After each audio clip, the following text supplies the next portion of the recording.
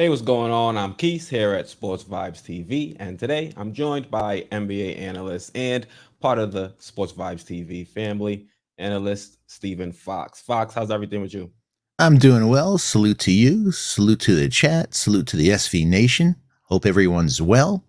And hey, Keith, 14 days to the exhibition season and 30 days to 1 month exactly to the start of the regular season. And folks, after Zach Wilson threw 3 interceptions today and the Giants lost the other night, are you ready for some basketball? Is the real song we want to hear. So I'm ready to talk some Knicks tonight. Thank the Lord. Yeah, definitely. We need a better story to talk about. So, luckily, we've got our New York Knicks, a team that seems to be heading in the right direction. We're heading into this season with a totally revamped roster. We're bringing back some players like Alec Burks and Nerlens Noel, who we'll be discussing today. And we'll also we have some new additions, but we're gonna focus more so on the second unit. So, I think the first player we want to talk about is Derrick Rose. Now, Foxy, what are some of the good things you saw from Derrick Rose last season, and what are you looking for him to provide to this team coming up this year? Yeah, I love my D Rose, man. What a revelation when he came over last year. Like, he's not only a class act, but what he did to up level the games of Quick and Obi, he just played fantastic. And he's really the personification of a Tibbs point guard, penetrating, getting to the hole. If they collapse, kicking it out. And so he was absolutely what the doctor ordered for this team last year. We were 24-11 with Derrick Rose last year, so that's like a 69% winning rate, and that's impressive that he came over on his second stint with us and immediately delivered and had a major impact. Yeah, I'm excited to see what D Rose can do. We, like you mentioned, it saw improvements from Immanuel Quickley and Obi Toppin. He was actually one of the only guards out there that was looking to get Obi involved. So I'm looking for that relationship to continue to grow. And with Derrick Rose, his game has changed. He's not the type of point guard that's getting to the rim as frequently as he did in his younger years, but he's developed a deadly mid range. And that's something we want Emmanuel Quickly, who we'll talk about later, to kind of develop. So if Derrick Rose can be in that locker room with those guys and kind of instill to them some of the veteran knowledge he's had being a former MVP, being a player that's playoff tested and battle tested, I'm really excited to see what he can do with a full season, a full training camp with these guys. So, Foxy, what are some areas that you're looking for out there on the court that Derrick Rose can kind of impact the second unit? I think 3-point shooting. I want to see whether it was an anomaly last year. In his previous years, he didn't. Last year, last season, I should say, he shot, I think, 42% from all threes, which was fantastic. You couldn't ask any more. But his previous years, 34%, 29%, 20%, 27%. So I hope he only takes about 3. And the big difference, last week during the broadcast, we talked about Kemba. And the big difference between the two is Kemba shoots 8 threes a game, and Derrick shoots about 2.6, a little under 3. So they have, like I said, Derrick gets to the hole, and like you said, I think that he has I think Quick's at his best at the shooting guard when somebody like a Derrick, he penetrates, they collapse, they kick it out. And Quickly, I think he's best at catch and shoot. So he's great that way in what you said about Obi. But I want to see this year, I'm hoping that he'll be able to consistently shoot the 3 like he did last season with us. Because like you said, he has a dynamite mid-range game. So that's really, really important. Yeah, if he's able to knock down that 3, we're gonna be extremely dangerous because I think we've loaded up on 3-point shooters. So if Derrick Rose is able to continue to be that knockdown 3-point shooter that we saw while he was with us, then the sky's the limit for this team. I know the win predictions have been as high as 55, some saying as low as low 40s, 40, 42.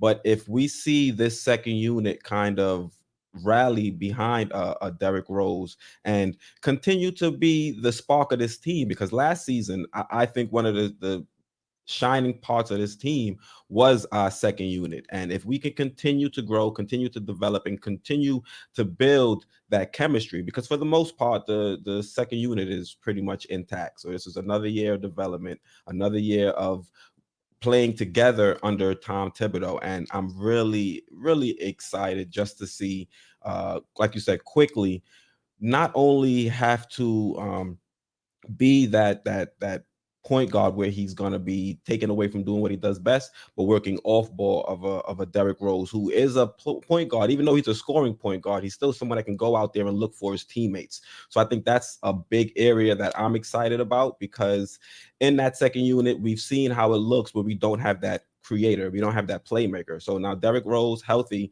kind of solves that issue for us. With Derrick Rose, Foxy, do you think Derrick Rose, if you look at his numbers, you think, let me just pull it up, Foxy. Give me 1 second. Cool. While you're pulling that up, he's 32. He'll be 33 this season. So I think he still has a lot left in his gas tank, but I think minutes management is going to be really key. But the good news is with Kemba, I think there'll be a load taken off him. So I think the goal of this team, and for us to have a great season and God willing make the playoffs, is have, he had nothing left in the tank. You looked at him in the Atlanta series, and the poor guy looked drained. So I'm hoping that we can keep him fresh, and and he'll deliver like he has in the past.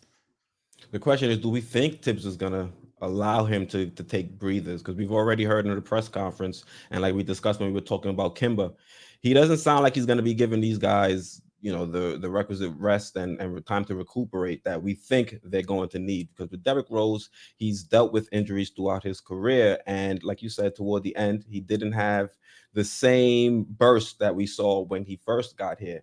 And if we're going to be a team that wants to really make noise in the playoffs, we're going to have to manage these guys' minutes. And Derrick Rose is going to be one of the first and foremost names that we're going to have to monitor their minutes, allow them to recuperate. And if we are able to do that, I think we're going to see Derrick Rose have a very similar season to what he had last season. If we're looking at his stats, he averaged 14.7 points per game. He averaged 2.6 rebounds per game and 4.2 assists per game. So do you think, Foxy, that he'll be able to improve on those numbers, seeing that we're going to have a Immanuel Quickley in year 2 and a Obi Toppin in year 2 that are going to kind of take some of the attention away from him when he's out there on the court? I think he's probably going to do just about the same. I think he's going to have the same run rate and score the same. And in fact, I think maybe he can do a little better, as you said, on the shot frequency. As you see, he got to the rim a little under 30% of the time, 53%. He has a real good, like you said, excellent mid-range game, 19% from three. But the thing where there's a lot for him to get better this year from an efficiency standpoint, here's one of the crazy Foxy stats. He shot 53% at the rim. And folks, this is the crazy stat. Elfrid Payton had a higher finishing percentage than Derrick Rose last year. So he was in the 25th percentile at finishing at the rim. So if he just gets a few more baskets, there goes, like we said, from 14 or 15, he could be maybe at 16 or so. So, but he's an above average shooter, like you said, from the mid range. And he shot great from three last year. Let's just hope that's not an anomaly. But, he breaks down. He still has those moves to get to the rim. If he just finishes, we're gold, man. We're going to be real in a great situation with him.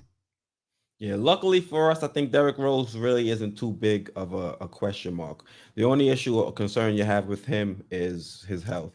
And I think that's what... Yeah, go ahead, Fox.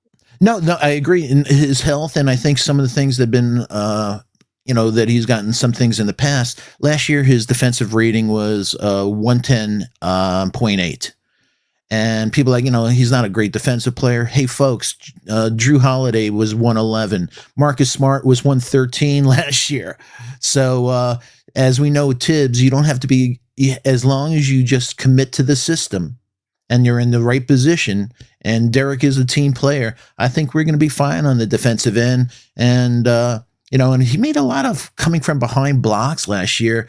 He had recovery speed still in his tank that he'd come in and block some shots. So I'm all in on Derrick Rose having a really good season for us this year. Yeah, so Foxy, I just want to pull up his shot chart. As you can see, definitely a knockdown mid-range shooter. As you can see, the highlighted yellow area. Anything jump off the screen to you, Foxy? From what you're Yeah, seeing from the shot chart? it's especially compared to what our discussion was last week. Last week when we showed Kemba, that 3-point line was full. Yep. And so that's where, you're going from a guy that 2.6 threes a game for Derrick to 8. So like you said, he has a totally different game, but like I said, he plays Tibbs' brand of point guard, of that penetration, getting to the hole. The funny thing, he only gets to the line a little over 2 times a game, so I wouldn't mind him. He's an excellent free throw shooter. So get to the hole a little more, but like you said, dump it off. I wish Noel had some better hands for his lobs. Besides, I know Obi's going to do well, but I think what jumps off, like you said, is, wow, look at that. You can't ask any more for a point guard to get into the paint like that shot chart shows. Yeah. So let's see. Let's just shout out some of the members in the chat real quick. I want to say shout out to my guy, Delano Still. Yo, DSJ. exactly. Shout out also to my guy, Will Beggs. Lex the Destroyer, I see you in the chat as well. Thank you for pulling up and supporting the live stream. Also, my guy, Ron. Shout out to you, Ron. Always leaves insightful comments on my video. So shout out to you. Appreciate it. Ron Cowan is great, man. Julian Blum, my brother. I hope all is well. Like you said, Lex the Destroyer. One of my real good friends, Hector, from For the Love of the Game. Check it out, folks, if you haven't subscribed with him. Worldwide L, Lawrence, as I like to call him, and Hardwell. Please subscribe to For the Love of the Game. Great show, great people. Robert Parr, one of the OGs, man. We love him. Thanks so much, everyone. Really appreciate all of your support. And more than anything, what we're asking is, please, all of you hit that thumbs up for the SV Nation. If you hit that subscribe button and, please turn on that all notification bell so you don't miss out on any of the great content. And please share the link on your favorite social media platforms. And last but not least, for DSJ and Ron and everyone, for the mods, for the best mods in the land, we appreciate all you do. Facts, Foxy, facts. Thank you for the shout out and pointing that out. All right, Foxy, let's move on to the next player in the second unit, IQ. A little bit more around IQ, more question marks. There's some faction of the fan base that believes IQ can develop into a point guard. And then there's another faction that think IQ is better off ball and being that microwave offense off the bench. Now, Foxy, which camp do you fall into? And what are some things you saw last season from IQ that you wanted him, or that you liked and wanted him to build upon? Obviously, he's a very, very good shooter. To answer your question, the latter. I think he's much better as a shooting guard. Or, we saw with Toronto a few years ago with Van Vliet and with Kyle it's nothing. There's nothing wrong with having 2 guys with point guard skills. So to facilitate. But I think, as I said, I think he's best at catch and shoot. Let Derrick do the penetration. Let him be on that perimeter. They collapse. Let him do that. What I'd like to see him develop, and you touched on, is we want him to have a mid-range game. We want to exercise, call it priest and exercise those 15-foot floaters. We don't want those anymore. And as you can see from here, he hardly gets to the rim. 8% of the time. Most of his floaters from the paint are from foul line or a touch in from that. And that's a perfect place for him to take a jumper. The reality is that I love Q, 25th draft choice. Everybody's like, why'd you pick him? He had a 2nd round grade, but he came in and he was great for us. He really picked us up, like you said, microwave off the bench with his scoring. And you dropped a videotape that was great about Quick. His handle going left. Those are the key things. He needs to work on that handle to create separation. Last year, a lot of us saw he very seldom took a guy off the dribble to the hole. And most of the time, he always goes right. He'd be dribbling, he'd fake, go right. And a lot of times it's aggravating because you'd see a 7-footer come out on him at the perimeter. You got to take those guys. If a 7-footer, you got to smile and laugh that you're trying to guard me, man. There ain't no way you're going to guard me. Take him to the hole. But what he did was he'd fake left, go right, dribble, stop, and then either do a step back three or he keep dribbling, and then he raise his hand up and ask Noel to come back out, set a screen, and reset the whole set, and taking time off the clock. So hopefully, like I said, develop that mid-range game, develop those handles. Like you showed in your video today, he has to go left. It just brings a little more to his game. He was a rookie last year, and they were giving him a license, but he has to have a little better shot selection this year. We don't want any court logo threes, but he's a great foul shooter. Get to that line, and his defensive rating last year was 111, and like I said, Drew Holiday had a 111. So he can get, I saw some video of him. He was lifting a whole lot of weights, and that's a lot. That's really important that he can get stronger, hold his spot, prevent the guy he's defending from getting to the hole. Yeah, he definitely has to get stronger. And just to prove to your point about him loving to go right, if you look, even from shooting his threes, he just loves pulling from that right side of the court. So if he's able to expand the areas on the court where he's able to be effective or to be dangerous, I think we are going to be excited in what he's able to do this season. But from Summer League, what I've seen him in his off-season workouts, he's putting in the work. He is, from what I've seen, trying to expand his game to the point where he's able to attack from the left side of the court. He's also pulling up mid-range shots. We've seen him kind of put some moves into his repertoire, so that way he's not a one or two trick pony. Because last season, for the most part, it was either the three or it was that floater. And once defenses kind of understand, or once opposing teams kind of understand what you're doing, it's easier for them to make that adjustment. So if he's able to kind of unlock his game and be a more well-rounded offensive threat, I think that is going to be Immanuel Quickley in his best form, in his final form. And a lot of people make the comparisons to Lou Williams. I think Dame Lillard did the same thing on social media, but I think he can expand his game. I've always been in the camp where he could spend some minutes out there as a point guard. And if we're able to see some of that this season, I think I would be happy, because that's what I wanted to see last season. I thought last season was going to be more so of a developmental year, but we ended up being a lot better than I expected, and Quickley didn't get to expand that area of his game. We saw him try to in Summer League, and we saw it with some mixed responses. There were some good things, there were some bad things, and he's not going to be able to work on it like he was in Summer League in the actual NBA, because he's playing up against top tier talent. But hopefully with a guy like Derrick Rose, at practice, he can continue to work on that side of his game and become a floor general. That's my hope, Foxy. You think that's in his future at any point, or you think he's strictly just an off-ball too? I think he's going to be an off-ball too, but you would love him to be a point guard because he's an undersized too. But I think it's his second year. I think the game will slow down for him a touch more. There was times where he'd be frenetic.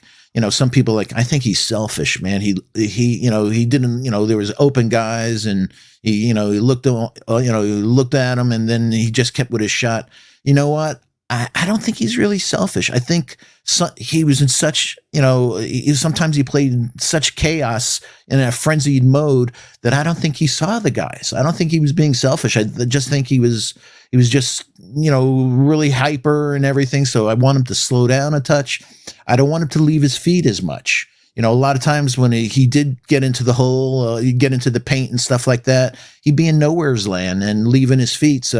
But those are the things. That's the process getting to the NBA. And like you said, the film, the defenders, they know every nuance that you're going to do. You have to come up with new things. But I think the game's going to slow down for him. And I think he's going to see the court a lot better. And like you opened up with, when you have a D Rose as a mentor, you have a Kemba as a mentor, and you have Johnny Bryant, the point guard whisperer, I think he just has to get better. And I think that's going to happen.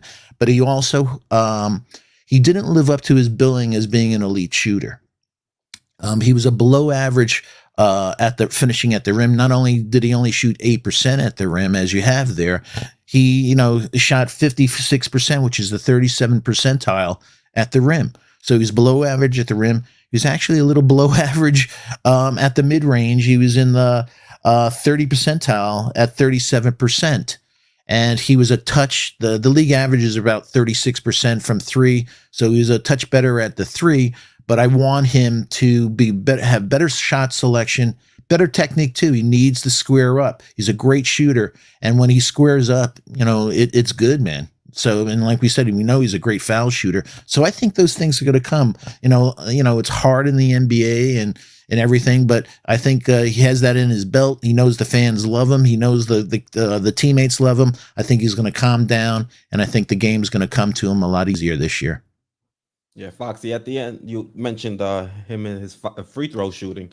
I was a little bit worried about the rule change, but to see him still be effective offensively in Summer League, because in Summer League, they were playing under the new rule changes where you weren't able to, as an offensive player, throw your body into a defender and kind of sell the call. So the fact that he was still able to be effective and he was still able to get to the line at a reasonable rate, I think that's something Knicks fans should be very happy about, because yes, it was targeted after a James Harden or a Trae Young, but Immanuel Quickley, being the smart player that he is, he was able to bring or to kind of style his game to a similar manner of a Trae Young or of a James Harden and kind of draw those fouls. So the fact that he was still able to be effective in Summer League, it gives me the impression that he's still going to be effective at drawing fouls, getting to the line, and being an effective scorer when the season starts. I absolutely feel the same way. That he'll learn. He talks to the refs. We've seen a lot of times last year. So he talks to the refs. He's learning. He talks to the other guys, and more than anything, I want him to concentrate on the shot. Don't concentrate on drawing the foul.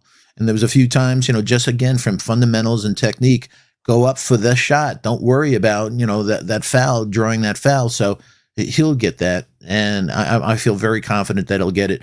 And the thing also I love. He's a great kid, and he's a great young man is probably the better way to say it.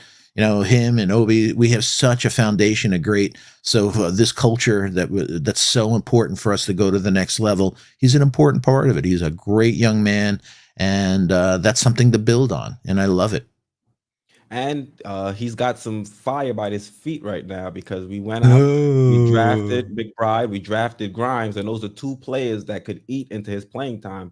Yes, we view McBride more as a one than a two, but there are times where we could see him be entered into the rotation alongside a Derrick Rose. So Immanuel Quickley is definitely going to have to develop, and he's going to have to develop quickly, no pun intended, because we went out and we had, in my opinion, a phenomenal draft. And right now we are very guard heavy. So Immanuel Quickley is, I won't say he's on the clock, but there's people out there's there competition, and we're going to see what he's made of. Absolutely.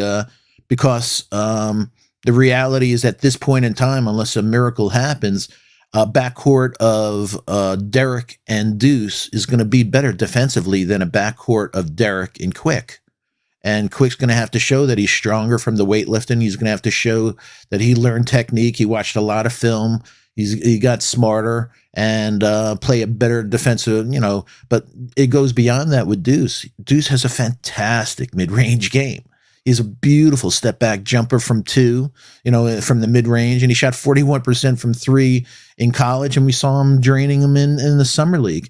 And the reality is, Quickley didn't have the greatest summer league. He shot 24% from three in the summer league, but he had 50 shots. So from a sample perspective, that's a pretty high sample. So I think, again, that's an anomaly, but I want him, the gold standard's 50, 40, 90. So he has the 90 on the foul shooting, and he has, he's a blink under the 40 on the 3-point, but he has to bring up,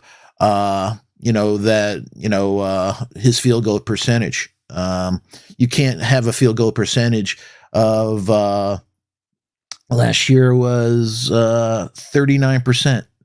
So that's 10 points. We need 10 percentage points. We need him to bring it up, and he will. He will. The game, if everybody could be great as a rookie, there would be a billion stars. There's a reason why it's so difficult. but he, like we said, he put in the work, and he has. He has guys in front of him, guys behind him, and like you said, so at the one he has Deuce there, and then at the two, it's the same thing. That as I mentioned before, he's a little undersized. Grimes is not. Grimes is prototype of 6'5". Grimes is wonderful on defense, squares up beautifully. He's an excellent dog on D. And at this point in time, he has some things he has to work on. But the one thing he doesn't have to work on is that he's a money catch and shoot 3-point shooter.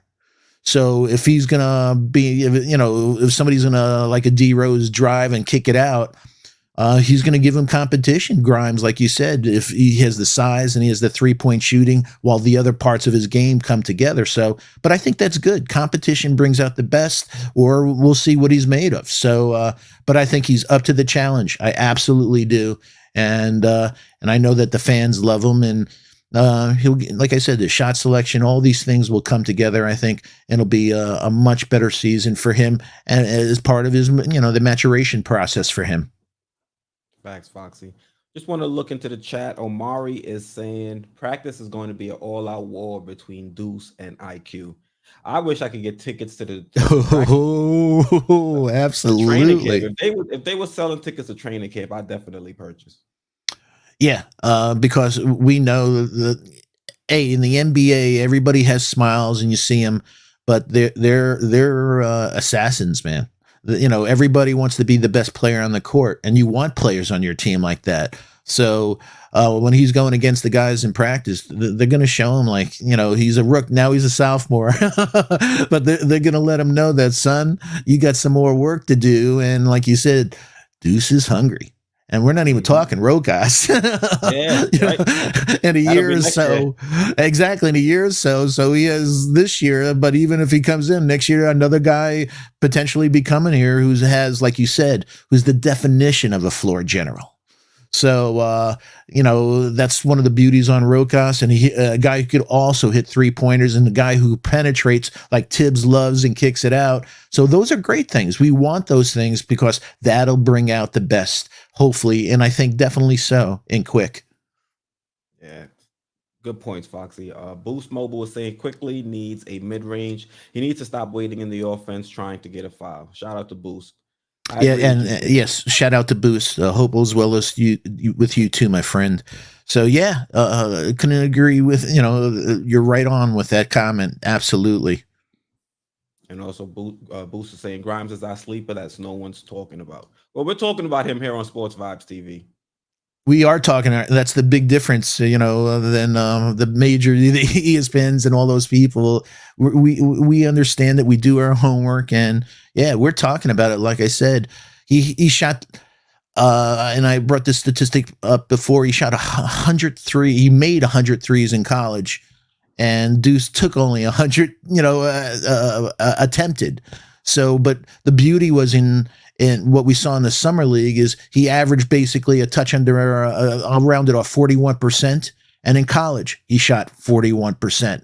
So he's doing what he did in college, man. He can shoot, this guy.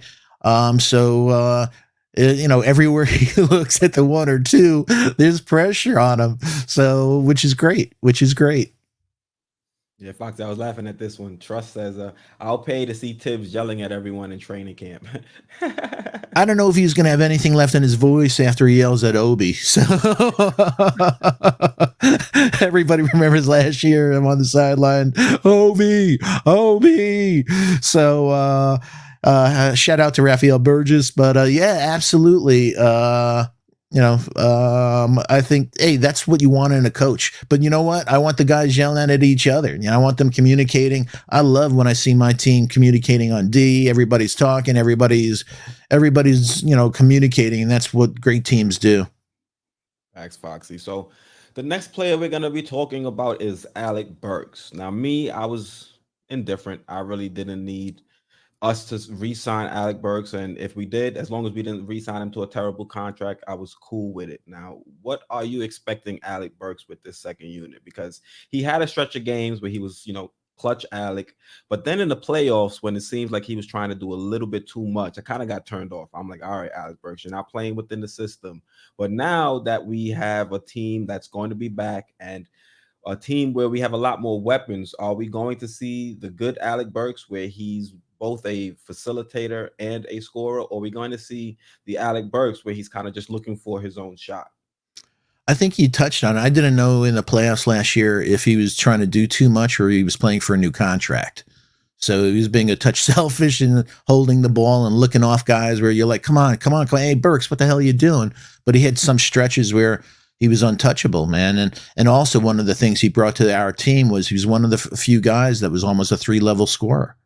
You know, he wasn't strictly from a three perspective, and more than that, he can create his own shot, which is very, very important. We didn't have a lot of guys, that were creating their own shot. So I see him, playing within. My biggest concern actually with Burks is I think he's going to be another around 40% 3-point shooter again. I think he's going to, he's very gifted that. The biggest thing, and this is not with the Knicks, this is, a trend analysis from his history playing in the league. Almost every year he has 1 or 2 stints where he gets injured. And we experienced that with him, and I hate that because that's a rhythm thing where everyone's used to, and all of a sudden he goes out. So they get used to the next man up, and then he comes back, and when you have to do that a few times in a season, it's very disruptive.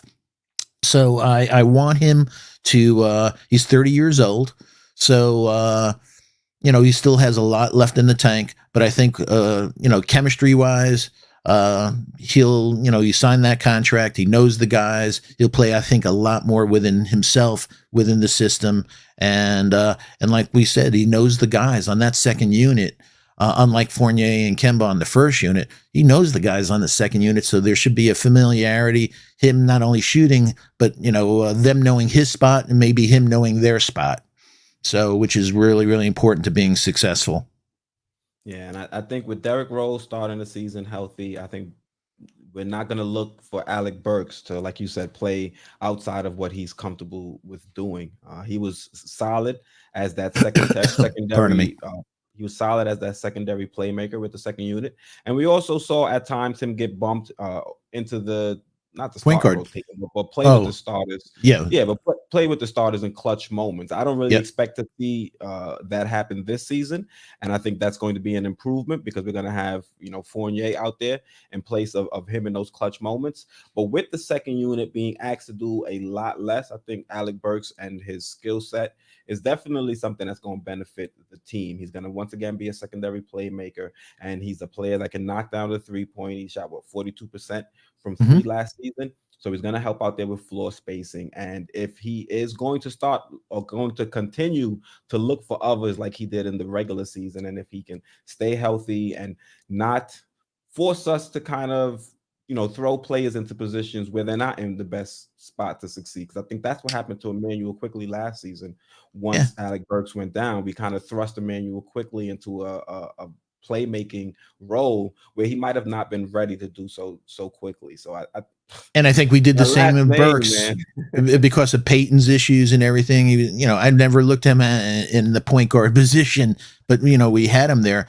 But the thing I love about him is that his mix, 21% at the rim, 34% at mid-range, 45% from 3. It's a beautiful mix. It's, so that ability to have that mix, thank you bringing that up. But yeah, exactly. So what I'd like him to do maybe, again, very similar that I mentioned with Derrick Rose is that he was in the 9th percentile at finishing at the rim at 48%. So that, again, is just finishing a touch better is another basket, so in averaging 12 and the same type of thing that you asked me before, I think his numbers at the 3 are going to be about the same with him, that he'll be around that 13 point total.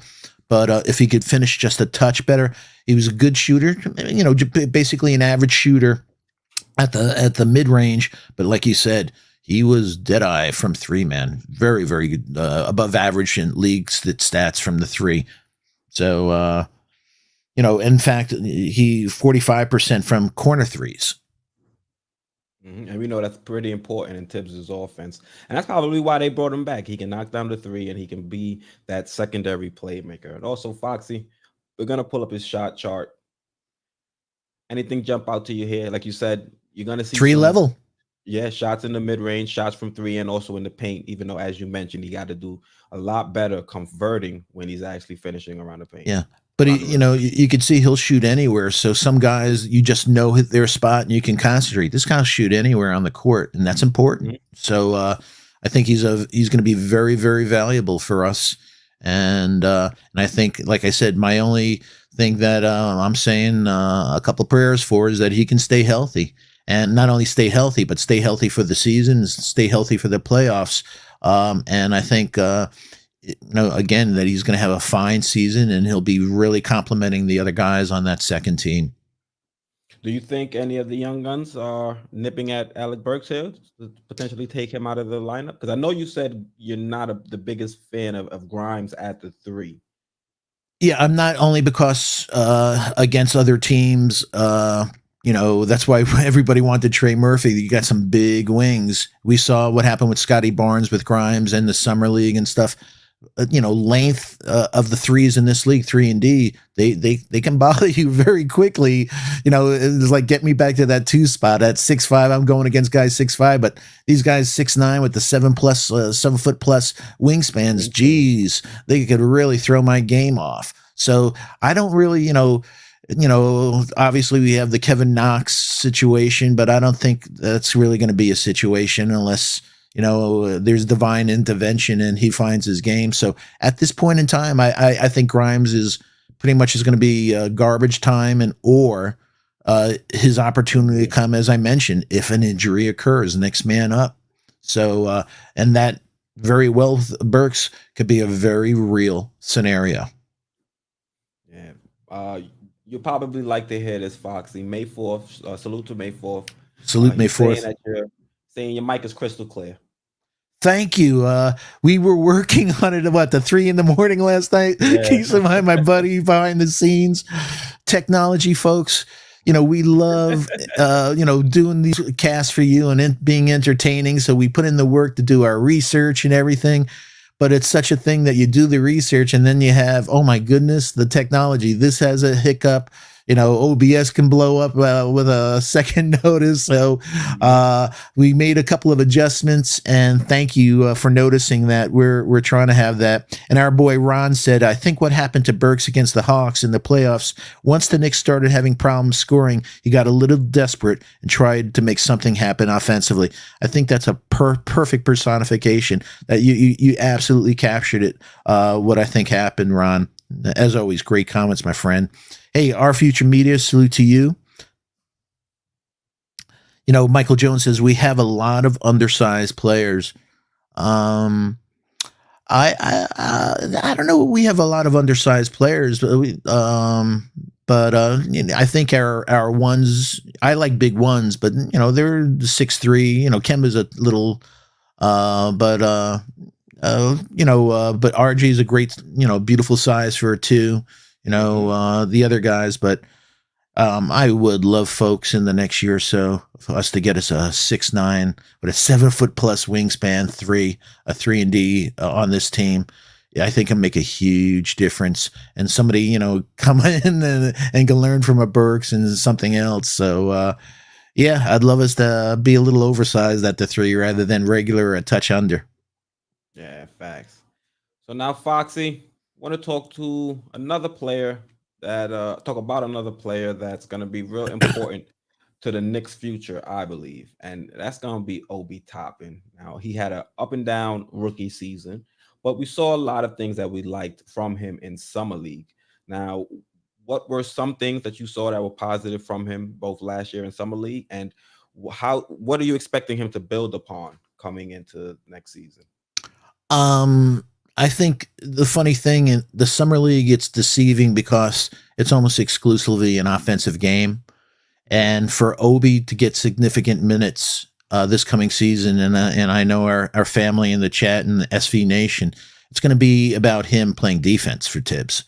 So, some of the things I liked on the offensive side in summer league was he showed a lot more confidence, taking shots, getting to the hole and stuff like that. But I also had some concerns again on defense. he leaves his feet closing out guys at shooting threes. At the perimeter, you can't do that. On a consistent basis, they're going to make a fake. He'll go flying by, and then they're going to have an uncontested three. So he needs to work on that.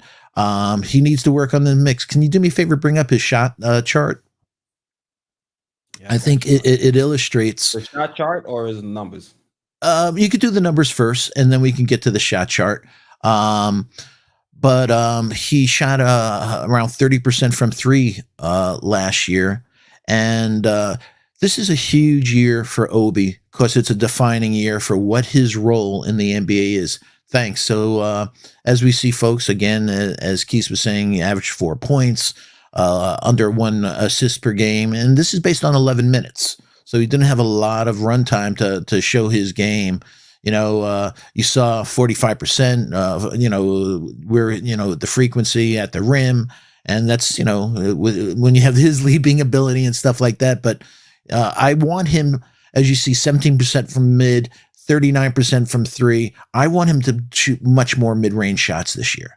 So that's what I'd like to see. And he made a couple of beauties in the summer league. Like, yes, thank you, Obi. That's what we need this season. We need you to do a step back from two. We need you to, go one way and take a jumper, a mid-range jumper. I think that it's really, really important. So if you can go to that shot chart now, this is where I was confused with Tibbs, with him coming into the league, is that he doesn't shoot, he shot 30% from three. So, so he shot 30% from three, and he's almost 40% of his shots worth from three. Yep. So him coming to the league, I didn't look at him as a stretch four. So that's where I said for him to define who he is, this is a really critical year for Obi. And I think having that year of familiarity with Derrick, with Quick, with the other guys on that unit, I think it only could spell good things for him. But what he showed last year, whether it was with Satoransky and stuff, he wasn't strong enough to post up. So then Satoransky is not a four, so he didn't show that he had the strength last year to really post up a four. And I know some people said, hey, let's, let him play at the small ball five. If you're not strong enough to play the four, how are you not going to get abused playing the five?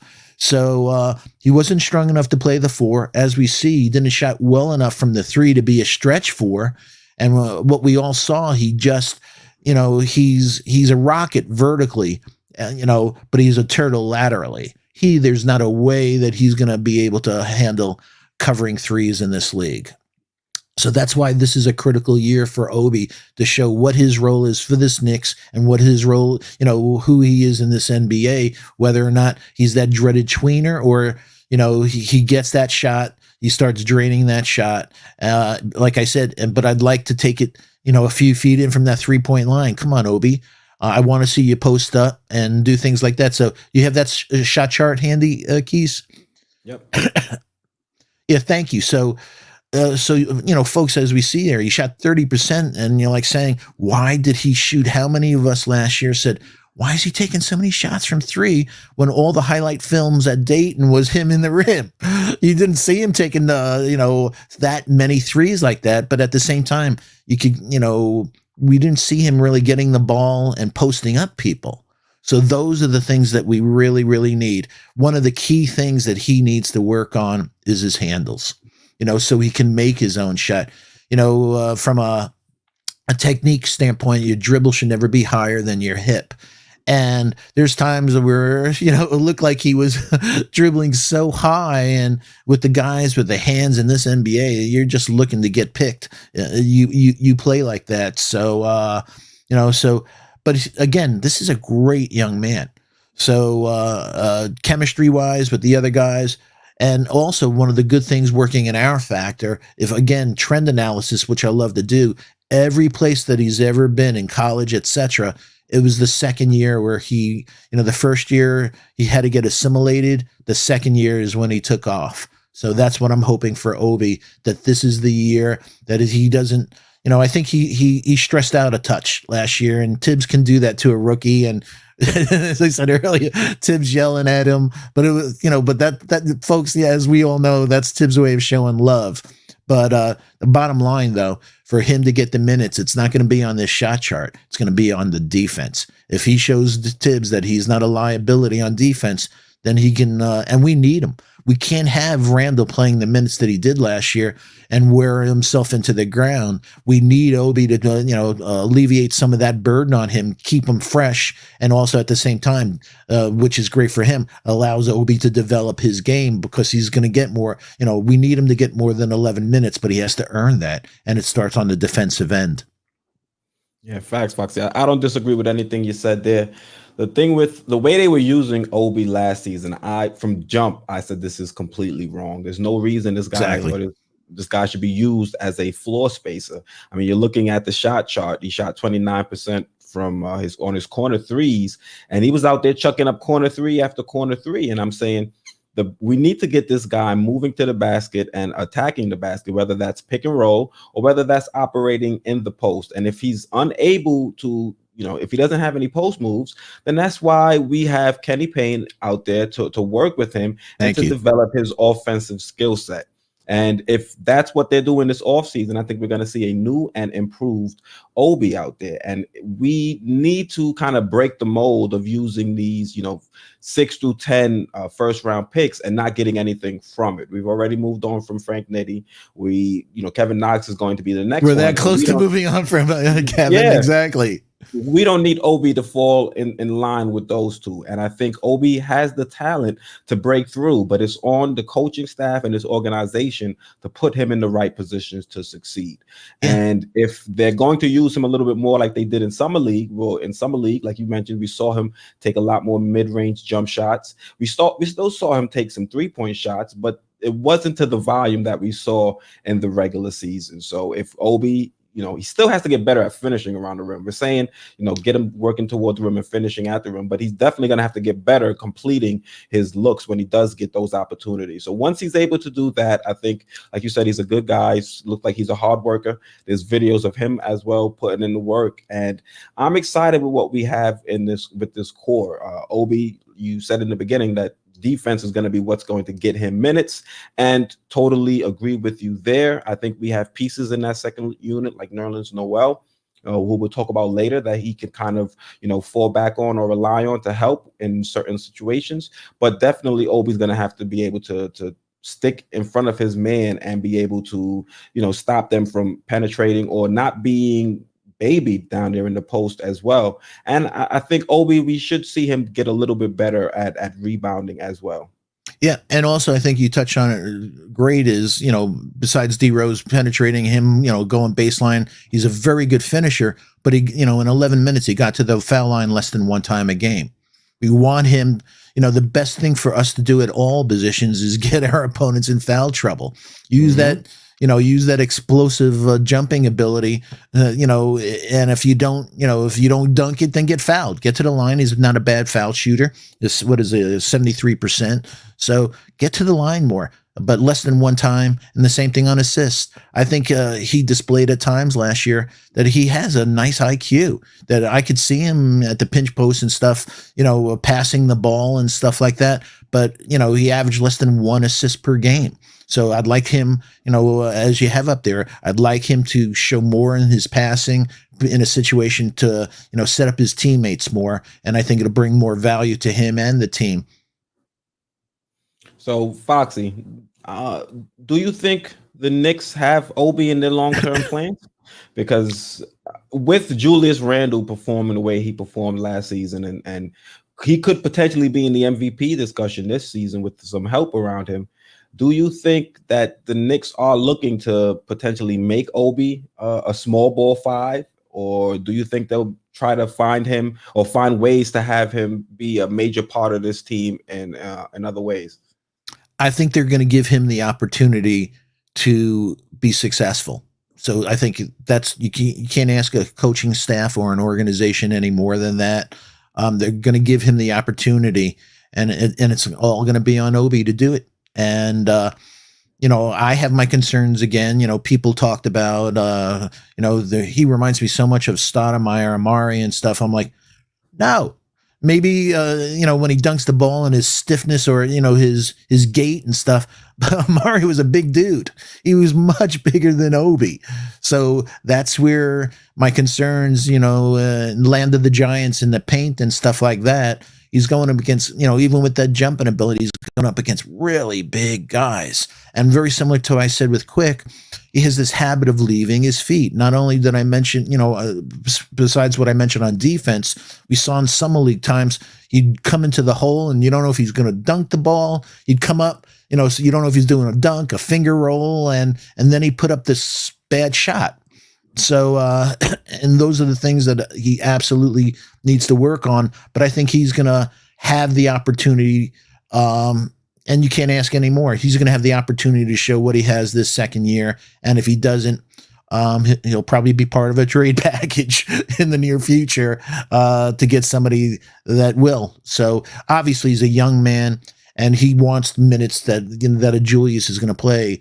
So if I was him, I'd be very, very motivated saying, you know what, I want to showcase my skills to this league because the Knicks made a decision that at the 4, Randall is their foundation piece.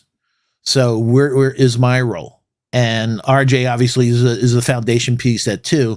So he's not going to be a foundation piece at 3 because of everything that we talked about. Mm-hmm. So if I was him, I'd refine my skills and say, you know what? All right, I respect that. Julius was second team All NBA. Besides his assists and his rebounds and stuff like that, I'm going to have to show that I belong in this league. And so very similar that we said quickly, hey man, that's great. I want to see him do that. And as crazy as this sounds, and I've mentioned this, that, Calipari talking about Kevin Knox. If Kevin Knox, like I said, if there's divine intervention, Kevin Knox can shoot. Kevin Knox has prototype size. If there is an issue, and Knox, blossoms all of a sudden, and we've made an investment in this kid, and he's a young man. I wish all these kids do well. That if Knox gets it together, Obi may be the one that is gonna, he may get impacted most. Where Kevin potentially, if he finds his game, Obi could be the one that is impacted. So we're going to see, like everybody's saying, getting pushed and stuff like that. So, yeah, that would be crazy if we see Kevin Knox crack the rotation and it's to the detriment of Obi Toppin. Yeah, well, it's going to be great. Both of them were in the 8 vicinity of being a draft choice. So I think one has been in the league. Both of them going to have to showcase. It's either that or they won't be on the team. Both of them won't be on the team in the next year or two if they display that. So yeah. So Foxy, the last member. Hey, can we do a quick shout out to our fam? Yeah, definitely. Quick shout out to one of my favorite people in the Knicks fandom, Justin L. I hope all is well with you and your family. One of the nicest and most knowledgeable guys out there. I love Justin, man. He's a great, great guy. The coolest 718. Hey, salute my friend. Hope all is well. Kendrick Adams. Did Amir Sims get the 2-way contract? I believe he did. Hey, I thought Amir displayed a real nice 3-point shot in the summer league. He looked very, very comfortable shooting from there. Hey, CT, streets are buzzing. Salute to you, my friend. Everybody, CT has started his own show. If you haven't checked it out, please check it out. Please subscribe. He's one of the really nice guys, real knowledgeable. He puts in a lot of hard work. Please support him. He's a real swell guy. Again, Boost Mobile, May 4th, Lex the Destroyer, all of our family, really, really appreciate it. And everyone, do me a favor. If, please hit that thumbs up, hit that thumbs up button.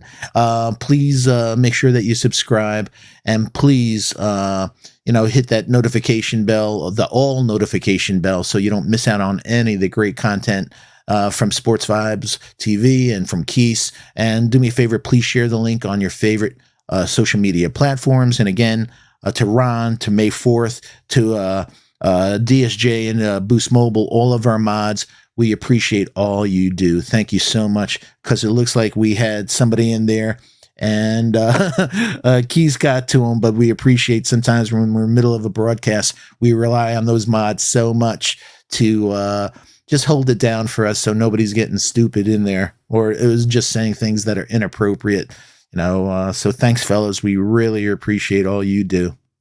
Yeah, salute to the mods, salute to the chat, salute to SV Nation, doing a lot of big things here on the channel. I don't think I mentioned it on the channel that Bagley shot us a follow over there on Twitter, so even he's tuned in. So make sure you guys are smashing the like button, make sure you're subscribed, and make sure you got the bell icon lit up, because we're dropping heat here on Sports Vibes TV, right, Foxy?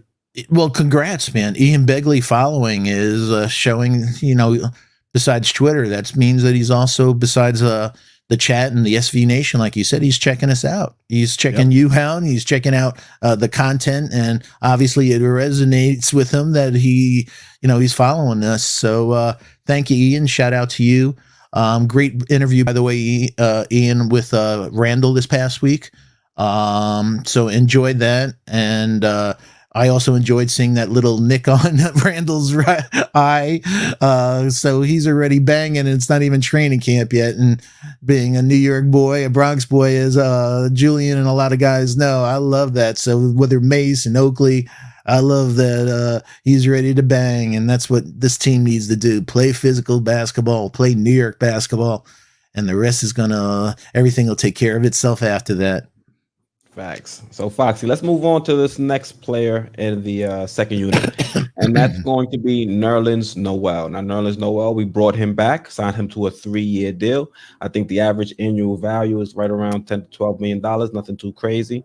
And what are you expecting from Nerlens Noel outside of him trying to stay healthy? It seems like we have a lot of injury question marks on this team. So, hopefully New York Knicks fans understand that there may be players coming in and out of the rotation. So we are lucky that we have depth, up and down this lineup. Yeah, I was looking forward to it. I thought about, the broadcast tonight and the different topics, and also just talking to the chat and the SV Nation. And this is the center position, the 5 position was really on my mind. And I'm going to ask a couple of questions of the family in a second. But Nerlens, like you said, an elite shot blocker, rim protector. But folks, all of us can't get out of our mind what, Clint did to him in the playoffs on, pick and roll, and he got abused. We miss Mitch in the worst way. So he's a really good second team center. But I'm concerned, like you said, for 2 different reasons. One was his being fragile. How many times did we see him on the deck, see him on the sidelines, on the bicycle, keeping loose, or just seeing him grimacing, and that was a 72-game season. Can he hold up? And folks, I think we need him to hold up, because I have a question to the chat and to the SV Nation. Hey, shout out Bricks Nation. Hope all is well. Folks, I'm sure that you saw in the different paper and in the different social media platforms that Mitch put on 60 pounds over the last 2 seasons. He's 283, he said, up from 223. You're really knowledgeable. I love our family. Have any of you, so this is a question to our family, have any of you ever seen an athlete put on 60 pounds, especially in 2 years? I've never seen that. I've seen guys pack on, 10 to 15, you hear the class, they've packed on 10 to 15 pounds of muscle, but 60 pounds, all of us that are maybe 40 years old or a little older know that when our bodies weren't the svelte thing when we were playing hoops in our teens and our early 20s. The crazy thing, the term muscle memory, it stems from the brain, that muscle memory. And Mitch, what's going to happen with Mitch? And this is where it impacts Noel, that all of a sudden he's 283, but his brain still thinks he's at 223. So his hops, his athleticism, his agility on pick and rolls, and the things that we come to know, closing out at the 3, what is that extra 60 pounds going to do? So folks, what do you think about that? Have you ever seen that? And are you concerned like I am? Because if this guy at 223 Broke his foot, landing on his own. He didn't land on somebody's sneaker. He came down on his own foot and had it snap, break like that. Is that gonna impact Mitch's durability? Getting back to what we were talking and putting Noel back in that starting role. That's not a prime place for Noel. He's great. He's an excellent off the bench second team center. But don't put him in a situation going against an Embiid, going against, a Clint Capella, going against guys, top-notch centers in the league, because he does shot blocks well, but the other elements that we touched on, it's concerning. Yeah, just to speak on Mitchell real quick, my only issue with him gaining the weight is just the foot fracture. Because to me, they still have never specified what kind of fracture he has. Because if it's a Jones fracture, that has a high probability of being re-injured.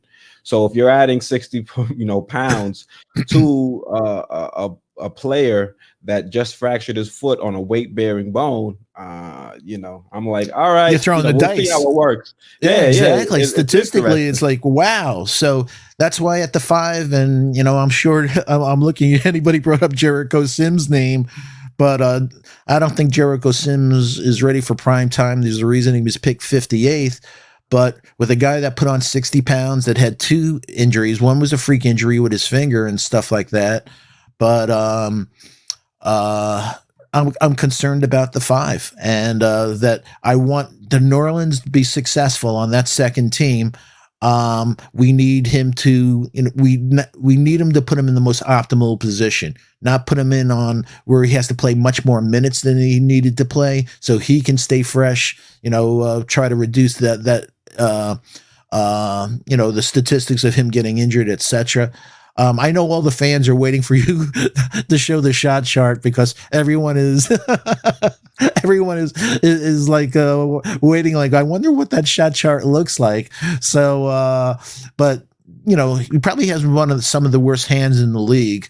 So does impact guys getting into the hole and stuff like that. But he pretty much has no offensive game. So he does mimic Mitch very much that way. That, come on, guys. Could you just do me a favor and could you practice some mid-range shots? I'd love us to have a 5 on this team that we could do a pick and pop on. He shot 71% from the foul line last year. So, I said that if you shoot 71% from the foul line, why can't you do a pick and pop from the foul line? Have a little jumper like that. So it would mean so much for this team, for the defense on the opposing team, not to have to, only play against 4 guys, because they're not worried about the 5s on our team. So obviously he has good shot accuracy, because all he does is dunk the ball. But again, has less than 1 assist. So if there's areas that we can see Noel staying healthy is number 1. Hopefully, again, like you touched on earlier, work with the Kenny Paynes and stuff.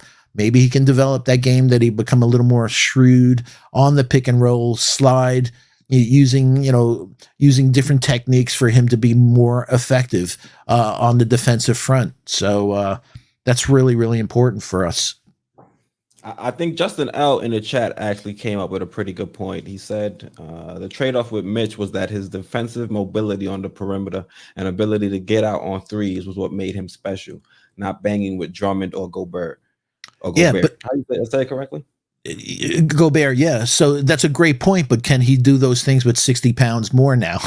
Exactly. That's the issue, because that's what made Mitchell Robinson special, not him being a bruiser in the paint. The fact that he could get from the paint and go and block a 3-point shot before a shooter can finish their shooting motion.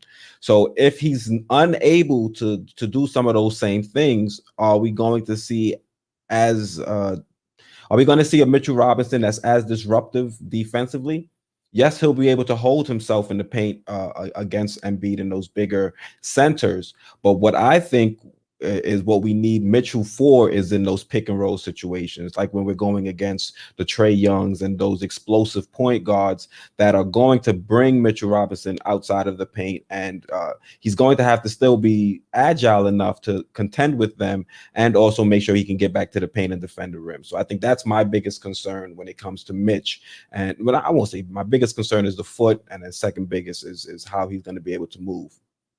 Yeah, and you've heard me say this, that before those injuries, he was running down the court around midway through the season, and he was hurting. He had, you could see whether his shoulder, he was hurting, and we saw him on the deck a lot, and you saw him like shaking his head. So we talked some maturity issues, but getting back to Noel, I think he's a good guy. Obviously they signed them because, and you could see him on the guys like him. So I think that if he can work with the team a touch more on that pick and roll defense and stuff like that, and we don't put him in a situation not to be successful. And that's what, injuries forced him into that role, and also the amount of minutes that he played. He, as everybody knows, he's a string bean. He's so thin that those legs literally are like little sticks.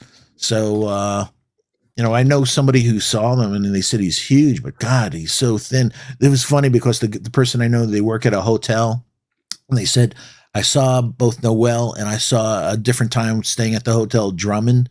And he said, what a difference. Drummond takes up the whole door frame, and Noel was tall, but he didn't have that girth. And so it's two different players. So I'm glad that, Mitch has the girth now.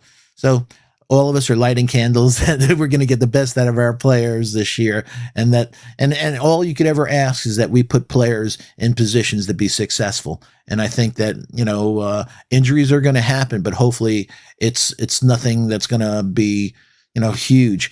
I noticed in the chat, let me see, Heck Brizo said Mitch didn't go from 223 to 280 in one season. You're right. He did it in 2 seasons, but because of the 2 injuries, breaking the hand and then with the leg, we didn't see a lot of him last season because of the amount of time that he missed. So it's a little more emphasized, that change, because we just didn't see him playing as much as we wanted to last season. Bricks Nation, hope all is well. Sims has already better footwork than Mitch, which is surprising. It is, and it's not, Bricks Nation, only because Texas is a factory for centers in this league. Miles Turner, Jared Allen, etc. And Jack, what's his name? Help me out, chat. My brain's a little Jackson on New Orleans. Oh, Jackson Hayes. Jackson Hayes. Thanks. My brain had a little brain fart for a second. But so it happens at 11 o'clock at night. Oh, I thought you were going to say at my age, or D all the above. But yeah, but also he came out as a senior. So it's not like some of the kids that we saw, like Isaiah Jackson and everything that's one and done, came out at 19. So he's had a few years as a senior to mature and have that footwork. And it's funny that you said that, because when I saw his footwork, I said, he has some footwork, meaning Sims, that reminded me a little of Jared Allen's footwork. So yeah, I'd love to see Sims bring it together, but I also think Sims is going to be in the best place for him to be, and that's the G League. He needs minutes, because NBA is a brutal thing, as Keith brought up earlier. They'll get that kid in foul trouble in 8 minutes. So at this point, because of the savvy vets and everything, he's good for 6 fouls. But hopefully, working with the development staff, getting real playing time in the G League with those development coaches, that maybe what I'm really looking forward to is seeing Jericho Sims in next year's summer league. I really think he needs that year's seasoning. You can't teach his hops. You can't teach his flexibility to switch on people. He already showed jump hooks. He, like you said, his footwork, great point. So I think that we have something there, but there's a reason, like I said, he was picked 58th. He's a project, but projects belong in the G League. and so they can work on that. He wouldn't progress at the same rate if he was just sitting on our bench watching. Right. So, Foxy, I'm pulling up Nerlens Noel's shot chart. Yeah. Oh, actually, it still says Mitchell Robinson. Well, as we all know, that's not Mitchell Robinson's, and all of us saw, and he has the most bizarre he has some of the most bizarre shots, Noel. That it's sometimes I'm like, I don't know what that was. It was either a push shot. It wasn't actually a jump shot. Wasn't a hook shot. I don't know what it was, but it wasn't a floater. But you know what? I'm old school. If it goes in, I don't care how it looks. That's what that's all that counts in this league. If the ball goes in, so. And also, like somebody I think said the last time, it's like, I hope he was going with a wide receivers coach with one of the tired balls that throw. Work. I hope he worked on those hands. I don't know if he could use Stickum, Lester Hayes Stickum or something like that, but anything that would make him better. Justin L said Michael Jones, he can really jump, and he set good screens in the summer league. I really hope he gets to get minutes and be able to be a great future piece. Couldn't agree with you more, Justin. Jericho played 4 years of college ball. Mitch didn't play. Exactly, Ron. That was the point I was making, that he, in a lot of ways, Jericho Sim has a level of maturity. We got that idiot again, so let me hide him. I got him this time. I don't understand people. We put our heart and soul of everybody in the chat. The SV Nation's having a good time, but this world has trolls. Don't understand it, but that's why we could put them in timeout and get rid of them real quick. But also, some people say that's a sign of success when you start getting trolled. Yeah, right. That means we're on people's radar. On people's radar. So, but yeah, Foxy, anything jump out to you with the shot chart? Yeah, actually, versus Mitch, I thought it was going to strictly be that big circle right by the rim. I thought it was solely going to be over there. So it does show that, he makes much more of an attempt than Mitch to try to, like I said with Mitch, I don't care if he misses it. Just keep him honest that they, take the shot. And so, like I said, Mitch was 49%. From the foul line, which is terrible. But if he made 49% of pick and pops, we'd be happy as hell. This guy is 71% from the foul line. So, yeah, take those shots, man.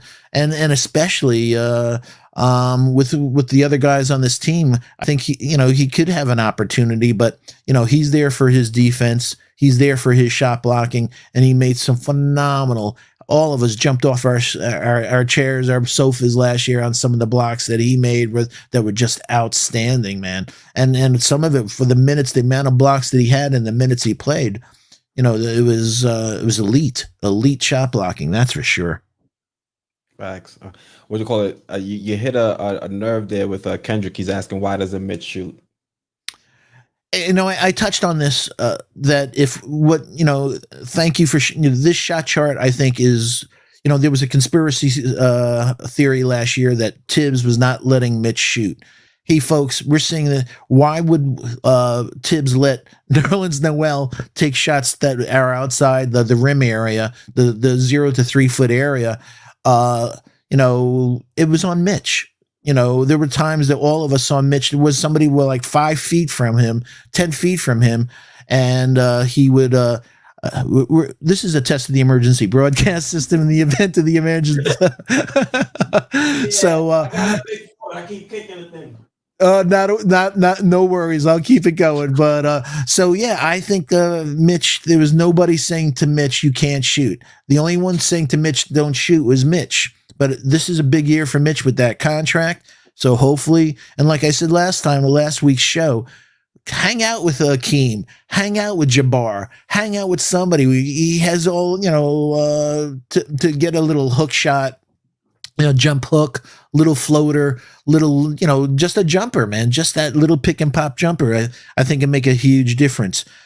My brother Boost Mobile says, we got Sim in. Don't come into the chat with that. Yep, exactly. Is Sims athletic enough to guard Giannis? Hector, I don't know if anybody and pardon me, if there's anybody in the league athletic enough to guard Giannis, because the funny thing about Giannis, it goes a lot more than just being athletic. It's being strong.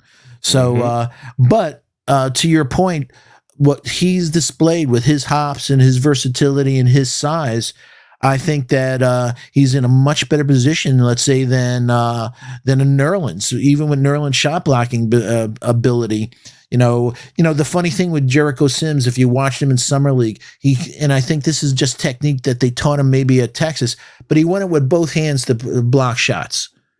But if you watch Noel and watch Mitch, they go up with one arm.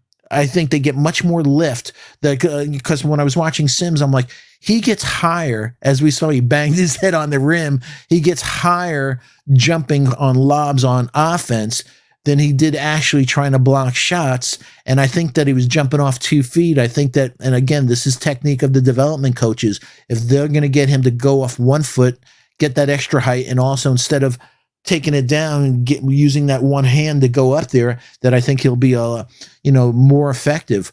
But Giannis is awful. He's Difficult not only almost impossible that I'm glad he's a world champion, but one of the things I love about Giannis is that 2 years ago people were like saying, man, did he bomb in the playoffs? He's not, he's one-dimensional. His game he'll never be able to win with the game he has.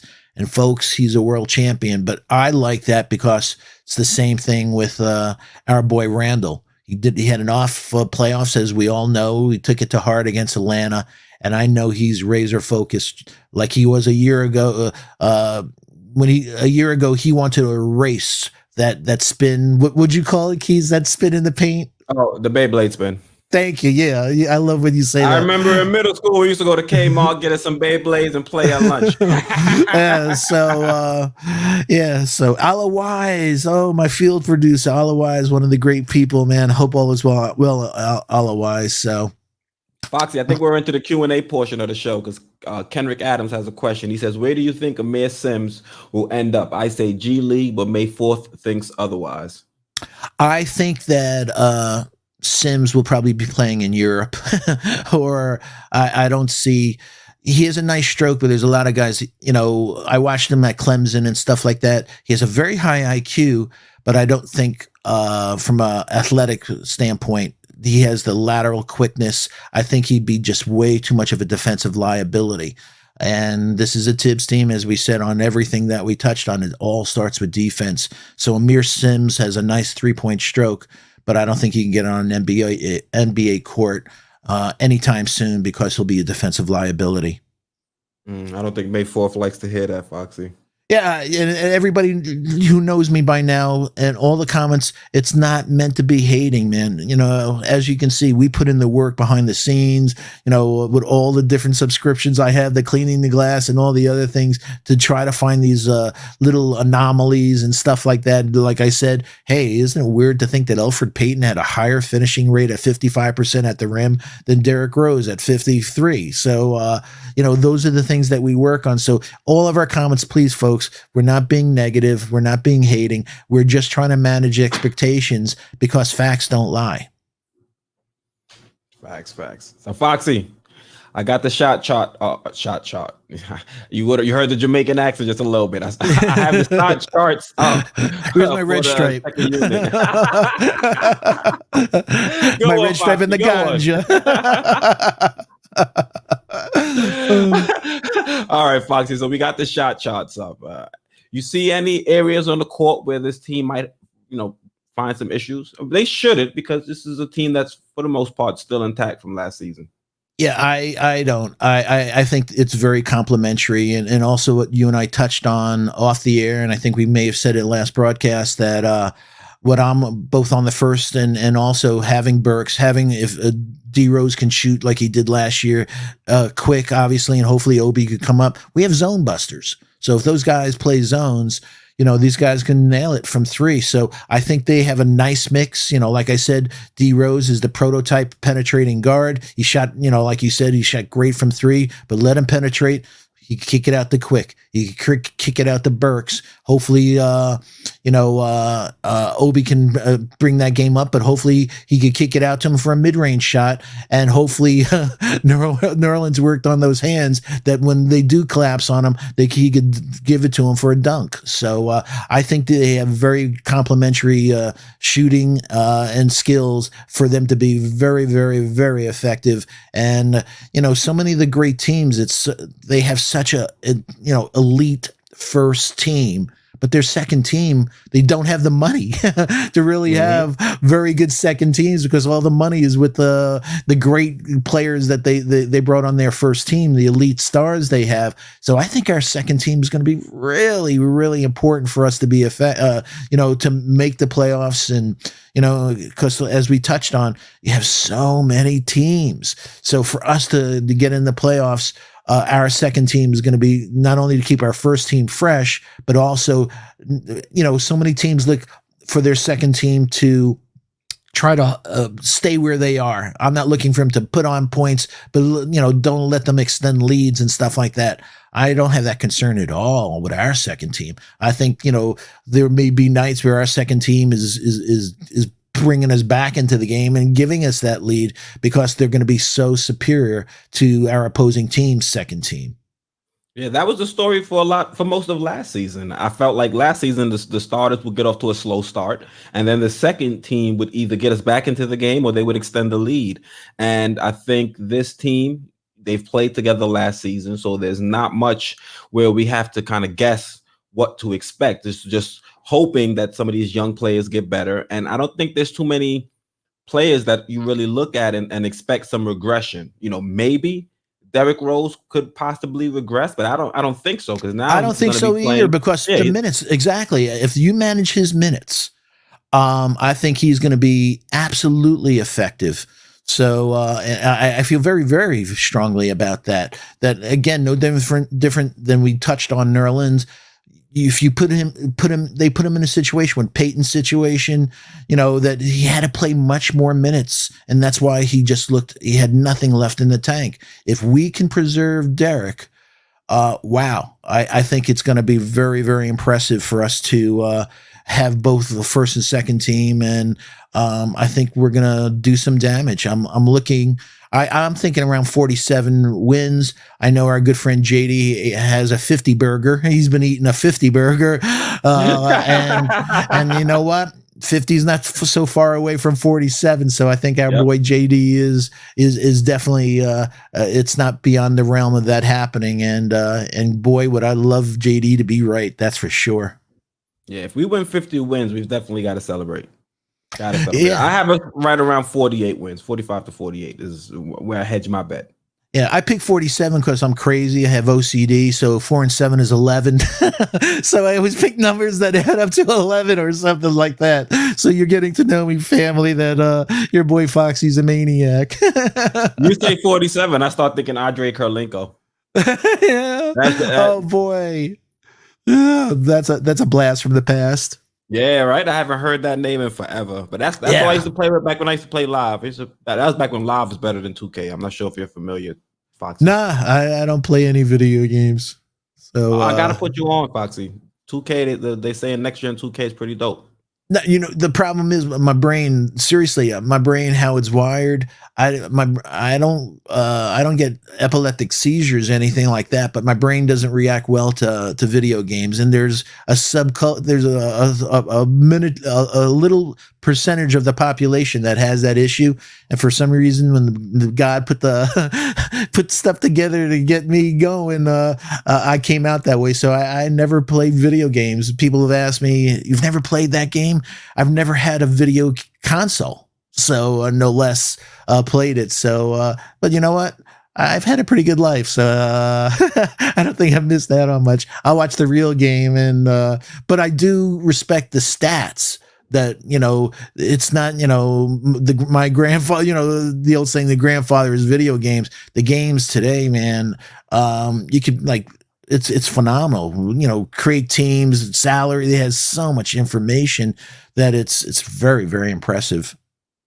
Yeah, I used to create teams on 2K all the time. But don't worry, Foxy. It's unfortunate you can't play, but I'll make sure when I finally have some time, I'll play enough for the both of us. Beautiful. Our guy Ala Wise, shout out, 52 wins. Kenrick says Another 50 burger. 50, yep, another 50, but 55 to 60. Yo, Kenrick, man. So No. Don't do Kendrick dirty like that. That's May 4th's projection. Oh, He's all just right. commenting on it. Thank you for that catch. So, hey, May 4th, man. We all want to be optimistic, but 55 to 60. Yo, hey, I hope I am so wrong. I hope you are so right. So that's the thing that's beauty here, man. I hope you are right. So, these are one of the things where you want to be wrong in this scenario, because that means the team is playing positively, playing good. Yeah, or like the old song of "Loving You Is Wrong." I don't want to be right.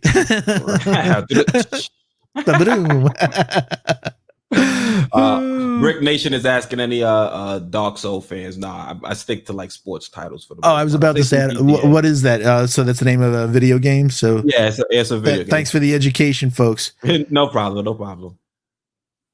All right, let's see what else we have here. Bricks Nation is saying 49 and 33. Yep, that's our ballpark, Bricks Nation. Absolutely, man. Justin Ellis saying, I would love to see how Fox would give his overall grades to players if he was building 2K ratings for players. And maybe we might do that for the channel. Yeah, I wouldn't mind that at all. You know, Justin always coming up with great ideas, and we like to do things that are, you know, that are a little different to differentiate us from others. So yeah, I think that's a great idea. We're gonna write that down and put it on the board as a potential thing for us in a future show, man. So, and also maybe next year I'm already doing my draft stuff. You know, yeah, we have the link for that, because I want to get my I want to have a little bit more time so I can drop my draft ratings for the players.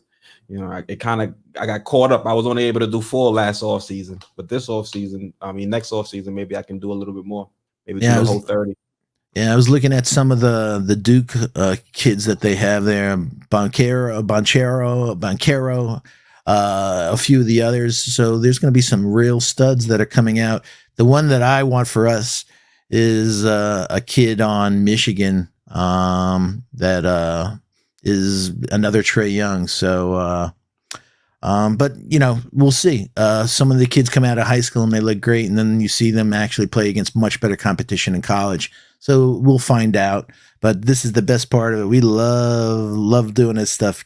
Quis and Fox discuss 2K player ratings. Yep, Justin. Yep, that'd be awesome. So we definitely will look at that. So, but you know, family, those are the things that we love. Please let us know what you'd like to. You know, this is your show that we want you to tell us what are the things you want. You know, Quis and us to talk about, and the different topics. You know, we want this. This is about entertainment. Besides the facts and stuff that we put in, we want this to be as entertaining as possible, and the things that's been on your mind.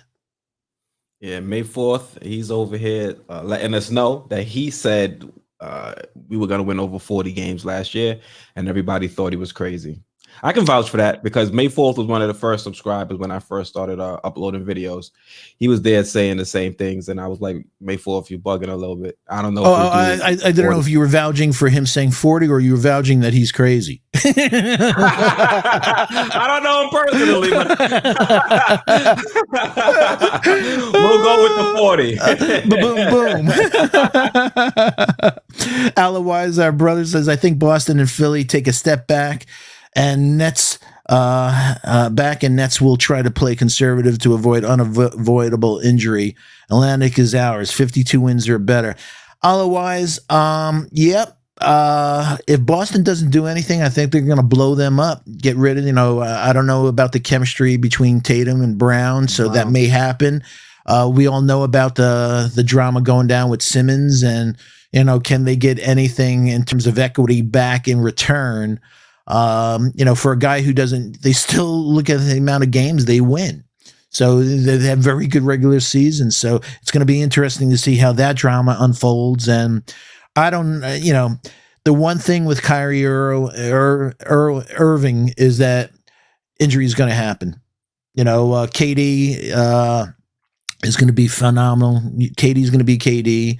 We don't know what weight James Harden's going to come in at, but with the those hammies he had. But yeah, for them to stay healthy, that team, on paper, if they stay healthy, it's going to be very difficult for anybody to deny them having a great game, a great season. But they're prime time, those guys, to get hurt. They're up in their 30s, the minutes and everything else. So I hope they stay healthy. I'm not at the expense of the Knicks, but I just don't wish bad on anybody. And, they're pros, athletes, and I have great respect for that. Bricks is saying that Brown is going to end up going to Washington in a package for Beal. Well, Bricks Nation, I like that. Meaning I could see things happening. And you know what? Washington, very quietly, their team's coming together. So I can see some things happening. So, yeah, I could see that. But if it doesn't happen this year in Boston, I think they're going to blow it up. And Tatum being the franchise player and build around Tatum. So I don't know if they feel that the chemistry and the way they play together is enough to bring them go all the way. All right, we got another question here, Foxy. We got over under on Kemba's minutes. I have Kemba playing right around 28, 27 minutes, I think, this season. Yeah, I have him actually playing a touch less. I like to see him play around the 24, the 24 for him and Rose. Less minutes is better minutes. As we touched on in the last week, and especially Quis with his great, his knowledge and stuff. The injury that Kemba has, that arthritis in the knee, it's about pain management. There's nothing that you can do. There's stem cell and they're doing all these things, but the reality is how much pain can he endure? I had ACL surgery. It's basically being able to think about having an ice pick between the two bones are cracking against each other, no cartilage. So it's incredibly painful. So I think, and that's why what we touched on last week, why Kemba is almost exclusively a 3-point shooter now, because the wear and tear that it takes for him to get to the hole, that takes away. So I'd like to see if we can keep him fresh. So my thing is I'd like 24 or under, actually, because I would not have a problem him playing like 22 minutes and Rose playing 22 minutes, keeping them both fresh, and then giving 4 minutes to our boy Deuce or Quick. I love my Deuce. I'm sorry, folks. I'm already getting excited. A guy who's never played one play in the NBA. Foxy, Michael Jones is saying the Nets keep kicking the Knicks' butt on NBA 2K22. Yeah, because the Nets have a video game roster. Yeah, the only thing that's stopping them from success is themselves and injury. Only thing. Absolutely. And defense. But I think, honestly, that they have enough offense to outshoot any mistakes they have. I agree with you. That's why I 100% agree with you that if they're healthy, hey, folks, it's theirs to lose if they stay healthy, man. Mm-hmm. So, and I know everybody hates them and stuff like that, but you have to acknowledge the realities of their talents. KD's a Hall of Famer. First, Harden's going to be a Hall of Famer, and Irving has the sickest handles I've ever seen in all the years I watched. And he's a great player, and he probably will end up in the Hall of Fame. But the other guys are definite Hall of Fame guys.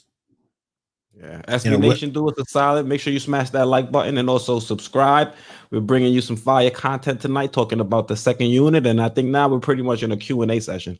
Yeah, please turn on that all reminder bell so you don't miss any of the great content. Please share the link on your favorite social media platforms, and again, shout out to our great mods for all you do. As you saw, there has been a couple of trolls tonight, so thank you for looking out for us while we're talking about stuff. Sometimes things get past us, so we need you guys to have our backs, and we appreciate that you do. Teamwork makes the dream work. Can't do this by myself. Yeah, exactly. So give us a poll. So Michael Jones is asking for a poll. So I don't know. You have any thoughts on a poll?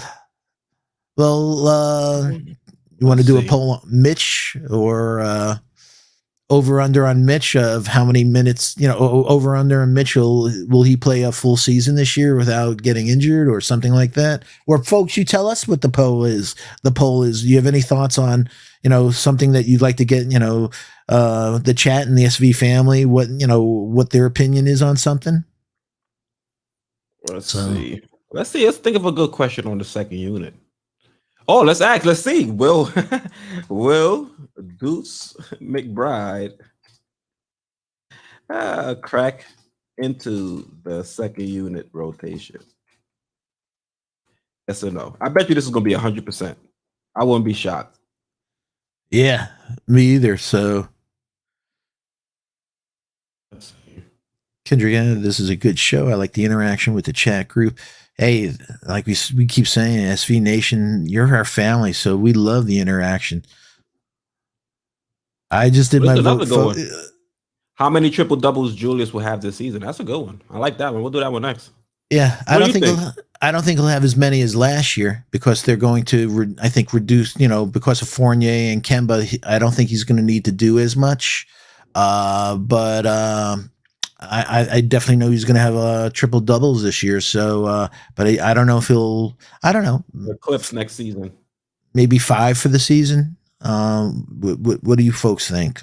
So, but I'm looking forward to, as we said, with that contract. I think Julius is going to play with him. I love the footage I'm seeing of him, man. No different than he took it upon himself from an accountability standpoint, saying I had to resurrect himself and recreate him, and he did that last year.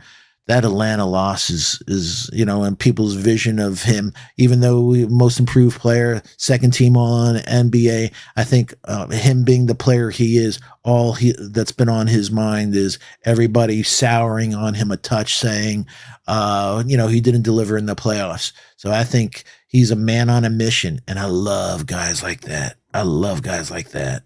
Yeah, we got a whole bunch of gym rats on this team, and that's one thing I can't be mad at. I can't be mad at somebody that works hard. If you don't succeed out there on the court, at least I can say, hey, at least you put the work in, and if we have to, we move on from you. But I can't be mad at you not doing what you had to do in order to try to at least prepare yourself.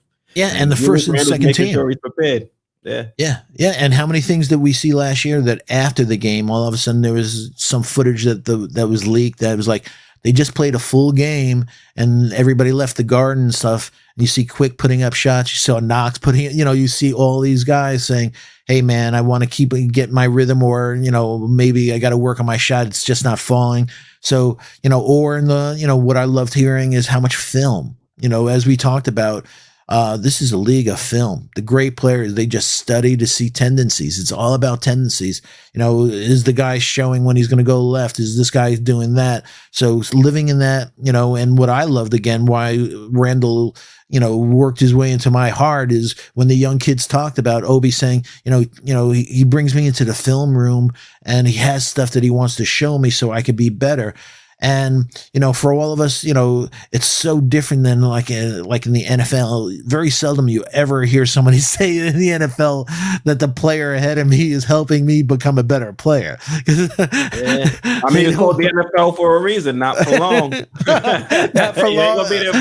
Oh, is that poetry, Keys? The way that you couldn't write a more perfect line for that segue. But but in the NBA, and especially guys that are secure with who they are. Man, I'd rather be on stage in victory than alone in defeat, man. So, I'm glad you could have stats, but if you ain't winning, this is about getting the chip, man. I don't want first round. This is, RJ, as I said last week, he's on the cusp of stardom. I see him having a breakout season. I see him getting more efficient. So you have that. You have Randall. We just are a couple of pieces away from us. If we were excited last year, folks, I think we're in a situation where we're going to be darn right ecstatic. So how many triple doubles? All right. I just put my vote in. A lot of people think he'll have over 5. Yo, I like that. Hey, I love that optimism. Yeah. Hey, I love optimism. Hey, that's good karma. I like putting out good thoughts like that. Sometimes obviously because of the role we are, and we take the journalism part of the show. We take that really serious besides the entertainment part, but optimism is a really important factor. And one of the comments that I made about the optimism, Randall talked about the impact of Tibbs, is that, before Tibbs here, we thought that we could win, but when Tibbs came, now we believe we can win. And that's about optimism. That's about changing the mindset. So, and having a guy like Kemba, who's a class act, having Derrick, I don't know how anybody could not like those two guys, man. They're just so cool. They're great players, fantastic players. But at this stage, they're not bitter. They're cool. You saw last year with Rose when he heard one of his teammates were injured, how emotional he got. Down, yeah. That's special. That's really special. So kudos to Leon and Worldwide West and all those guys who are putting together guys like that. Hey, when you care about somebody and you have that feeling for each other, it has to take your team to the next level. Yeah, they also did something that was pretty dope. That they not stood up, but Alec Burks apparently is shy. So I forgot what game it was. I think it was the game where he went off for 20 points in the clutch moments of the game, and they actually stood up and took his interview for him. They said, "Hey, Alec Burks is shy. He doesn't really want to be in front of the camera, so we'll sit here and do the post-game interview for him." So I like to see that they're stepping up for their teammates, even though it's a little thing. It's those little things that really pay big dividends behind the scenes. So yeah, and you could see, a couple of the interviews last year that after the game with Rebecca on MSG that they're goofing with each other. So they have Quickley and then Randall come up behind them and they're, I love seeing joy. I love when you see that people love what they're doing. That's why a couple of weeks ago when we saw RJ, the footage of him with Beal and Tatum, that kid had a smile like it was the size of Manhattan. He had, all you saw was him smiling. He's like pure joy. But you see that with Quick. You see that with all of this team. And you know what? When you're happy, you play at a whole different thing than when you're bummed out. And how many times we've seen some of the other teams, or what we talked about Simmons and stuff. How can you bring your game? Some people, I guess, can take pain and use that as a motivating factor. But joy is a real special gift from the Lord, man. And I love that these guys have it in their soul and who they are. Look, May 4th is in the comment section making believers out of people. Someone's saying, May 4th, I just looked at Amir Sims highlights from Clemson. You're right. Stretch big with passing upside. Yeah, I said all those things, but look at his footwork, though, to play defense in this league. He's a little slow-footed, but the guy definitely has a stroke, and like you said, he definitely has an IQ. He definitely can pass and stuff like that. So, you know what? Again, I'd love to be wrong because we need a stretch. I'd like to have us a stretch four that could potentially, but you know what? I hope that stretch four is a guy named Obi Toppin. So I'm thinking positive that he can shoot that, and and everyone, they think stretch four, sometimes it has to be strictly a three. That's why when you look at cleaning the glass and stuff, they have different categories for mid-range, and one of them is a long mid-range. So just a step or so inside that 3-point line. I'd love him to be a stretch four, but let him hit twos instead. He'll hit threes too, but if he could hit twos at a high rate, I'm down for that, man. All right, just to follow up on some of these polls, Will Deuce McBride cracked the second unit rotation. 82% said yes, 17% said no. And Foxy, you believe he'll crack the rotation? You're part of the.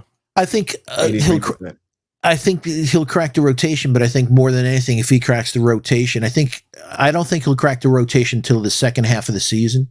But I think it's going to be situational, and I think it'll probably be, if he does, it's going to be because of an injury or minutes management. So I don't think that he's going to get into the lineup just because he's blowing up practice. I think he's going to do it for those other factors that I just brought up, keeping people fresh, or somebody's out for a week or two, and we need him in there for his defense and everything else. And also, as I said, I think he's going to be a much better playmaker in the pros than he was at West Virginia. At West Virginia, they put so much on his shoulders that he dribbled. He had to over dribble. He took so much on his shoulders, with the players around him. And we saw it in Summer League, man. Kid is gifted, and that 6'9" wingspan. Woo! I just like it. I like it a lot. So, yep, Kenrick, I agree with you. I see only with an injury, but you know what? No different. Sims. Let him have a year of watching these guys, and as everybody, we opened up the show in practice. Let him have he's not. He can't help but get better in practice going up against these guys if he gets his minutes. But no different than I said. Sims, can't wait to see him in summer league next year. I can't wait to see our boy Deuce next year in summer league, where I think he's going to say, I got a year under my belt, because the first thing you always talk to rookies, I'm shocked by the speed of the NBA. The first words out of their mouth, like, I played whether at Duke or at Kentucky, or, I played in big conferences, I was in March Madness, but I got to the NBA, man. The speed is crazy. I can't believe they're playing at this frenetic pace. And then the second thing out of their mouth, and they're strong.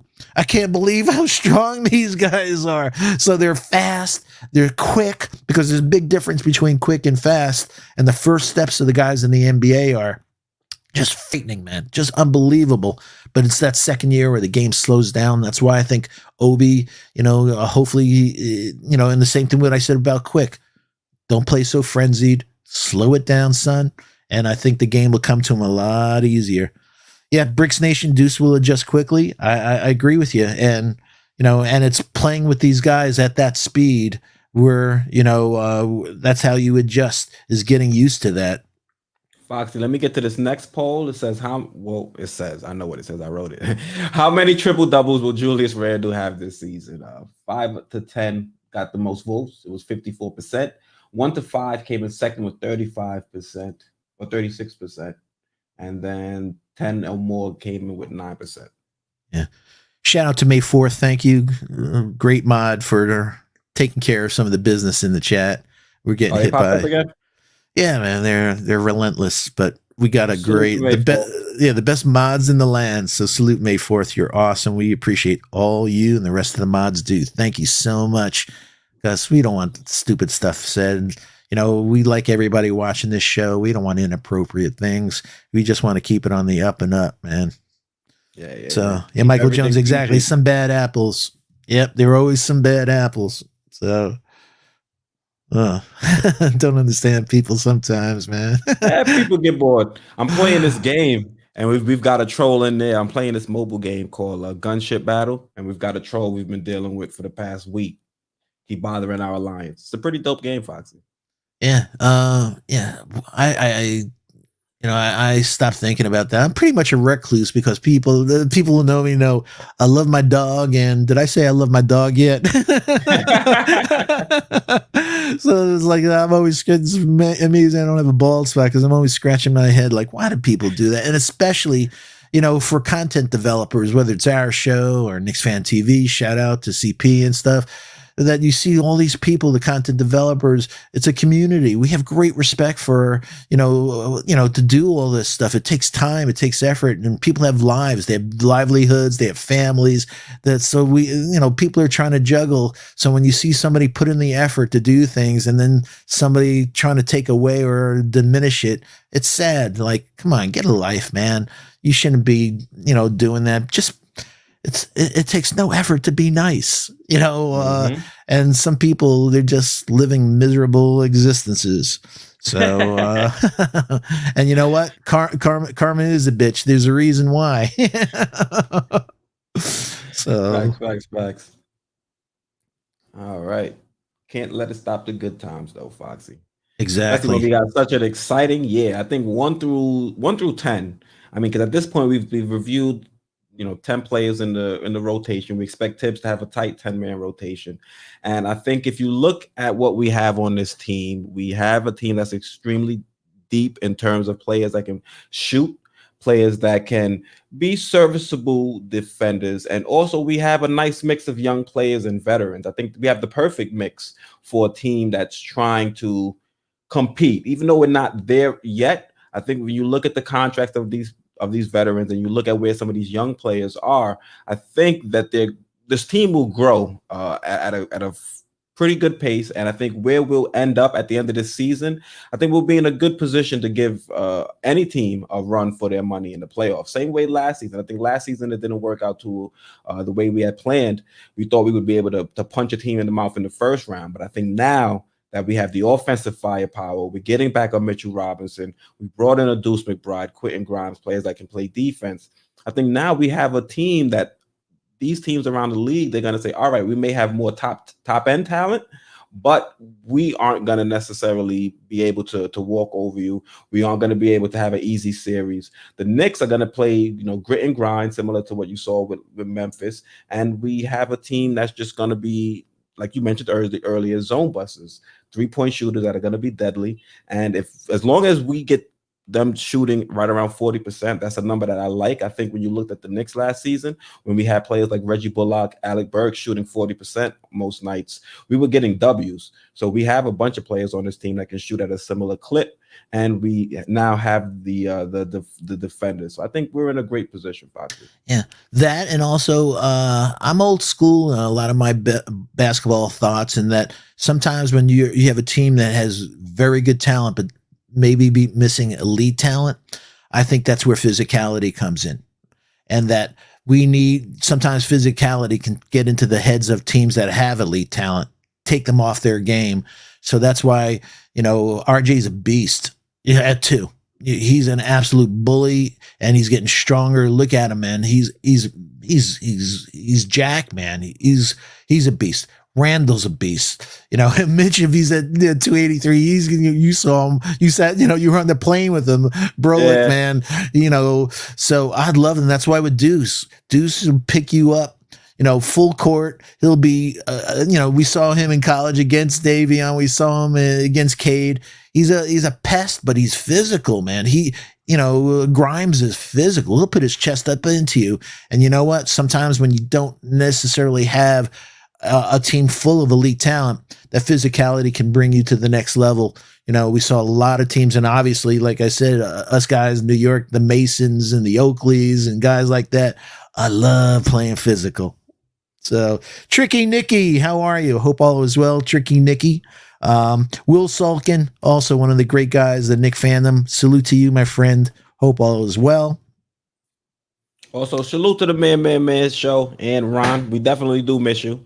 Always have an open invite here to Sports Vibes TV. So if you're watching, just make sure we thinking of you, and we're hoping everything is well. Yeah, I mentioned I spoke to Ron a week ago. Please say some prayers. His mom is doing much better. Mama Joyce. Ron is doing really, really well. He's on his journey, and we love Ron. So Ron, if you're listening, we love you. Ron also has some other things going on really exciting in his life that I'm really happy. His daughter just got married.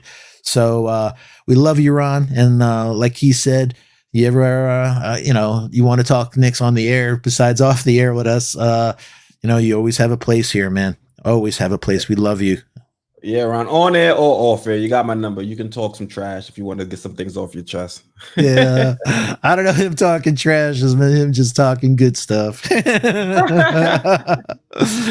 I literally, we've talked, he's been a good friend of mine for quite some time. So, we'll talk, and also the next thing I know, damn, we just talked for 2 hours.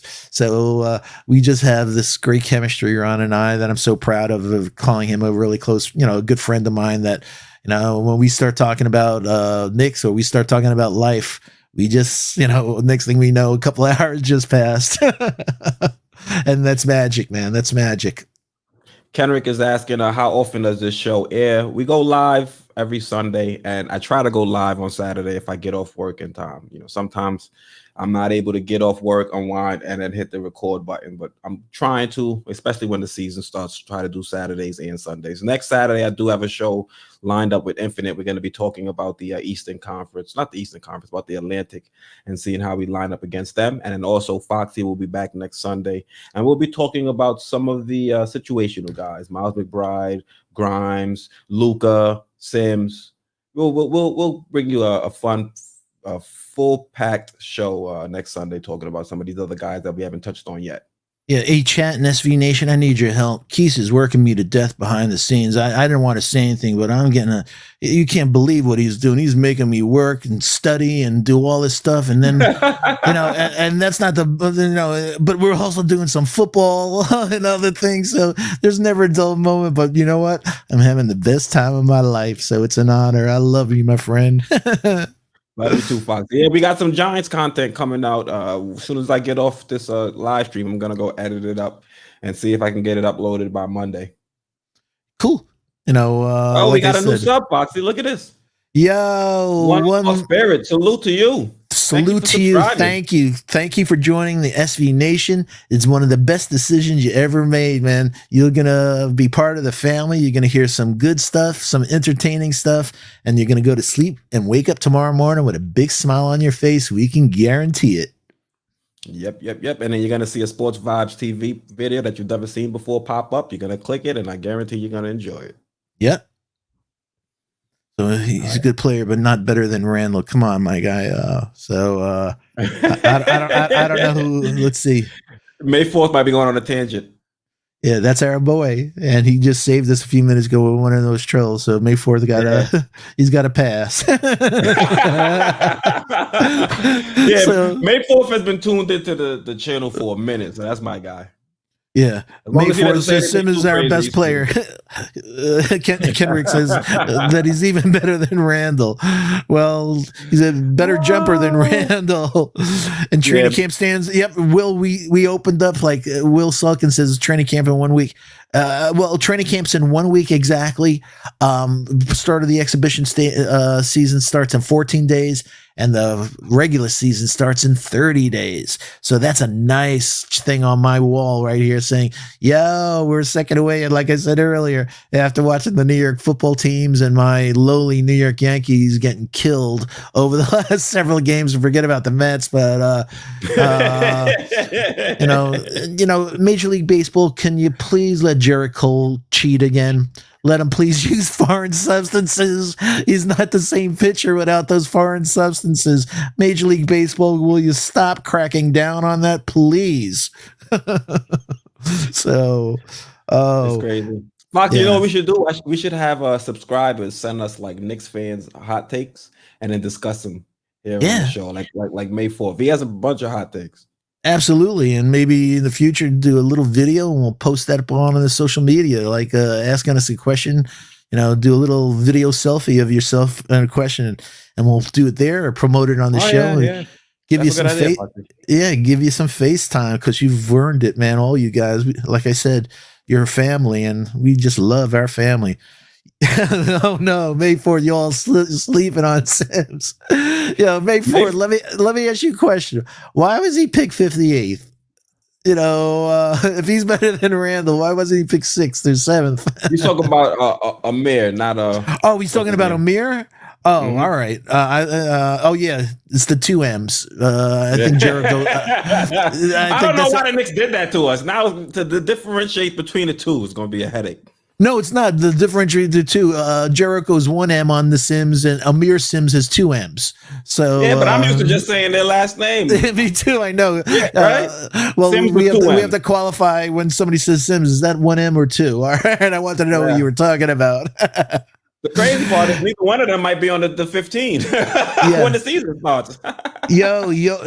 Yovel Somakol from the Philippines. Salute to you, our friend. Thank you for joining us. We like going international. Our guy Quis has done some great stuff with Luca and other players from the international thing, and we're always looking at expanding so we greatly appreciate you joining the SV family. If you haven't subscribed, please hit that subscribe button. You'll one of the best decisions you'll ever made, man. So thank you for joining us. We really, really appreciate it. Salute to the Philippines too. They're the second biggest country that watches my videos behind the U.S. So salute to them. It's right around 2%. Yeah, great country. Yeah. In my professional career, I was very blessed to be able to travel throughout Asia, and Philippines was one of my favorite places. And boy, if you haven't had a Philippine pork roast, you haven't lived. So. And man, do I love my pork. I hear you on that one. Yep. In Yeah, fact, May 4th, he's rallying the chat. He's got everybody checking out Amir Sims. I should have dropped in Amir Sims video. I might have got some views. Because everybody's going to be looking for Amir Sims videos now at this point. Hey, like I said earlier, I was very impressed with his 3-point stroke, meaning a lot of guys get all nervous. It's their first shot. He looked like the nerves didn't get to him, and he just had it. He was real secure with that stroke, and it was real smooth, man. So it was weird because when I saw him, some of you, I saw little John Wallace. So, look who just joined the chat, ladies and gentlemen, the one, the only JD Sports Talk. Is May 4th really? How are you, JD? We love you. Part of the syndicate, JD, him along with George into the Knicks verse. So the syndicate. So JD, is May 4th really comparing Amir Sims and Julius Randle? No, he's not. He's not, JD. The Henny is comparing. It's the Henny that's comparing Amir Sims to Julius Randle. I don't know if it's actually that. Will Salk and Foxy, I was blessed to travel. And the Republic of Philippines to work also, and they always had NBA games playing into the break. Yep, exactly. So I was in the high tech industry, and so we're traveling there. And early in my career, as Keith knows, I was in the fashion industry. So again, it's very similar. So much of the clothes that people wear are made in that part of the world. So I traveled to all these different factories throughout China and Philippines and Taiwan and Korea. Shout out to Korea. It was a great place that I spent some time in. So May 4th, he's going to destroy all of our bigs when camp starts. All right. Tricky Nicky, Amir Sims going to win the league MVP this year. I got your back, May 4th. Yo, there's a Henny burger, I guess, at McDonald's today.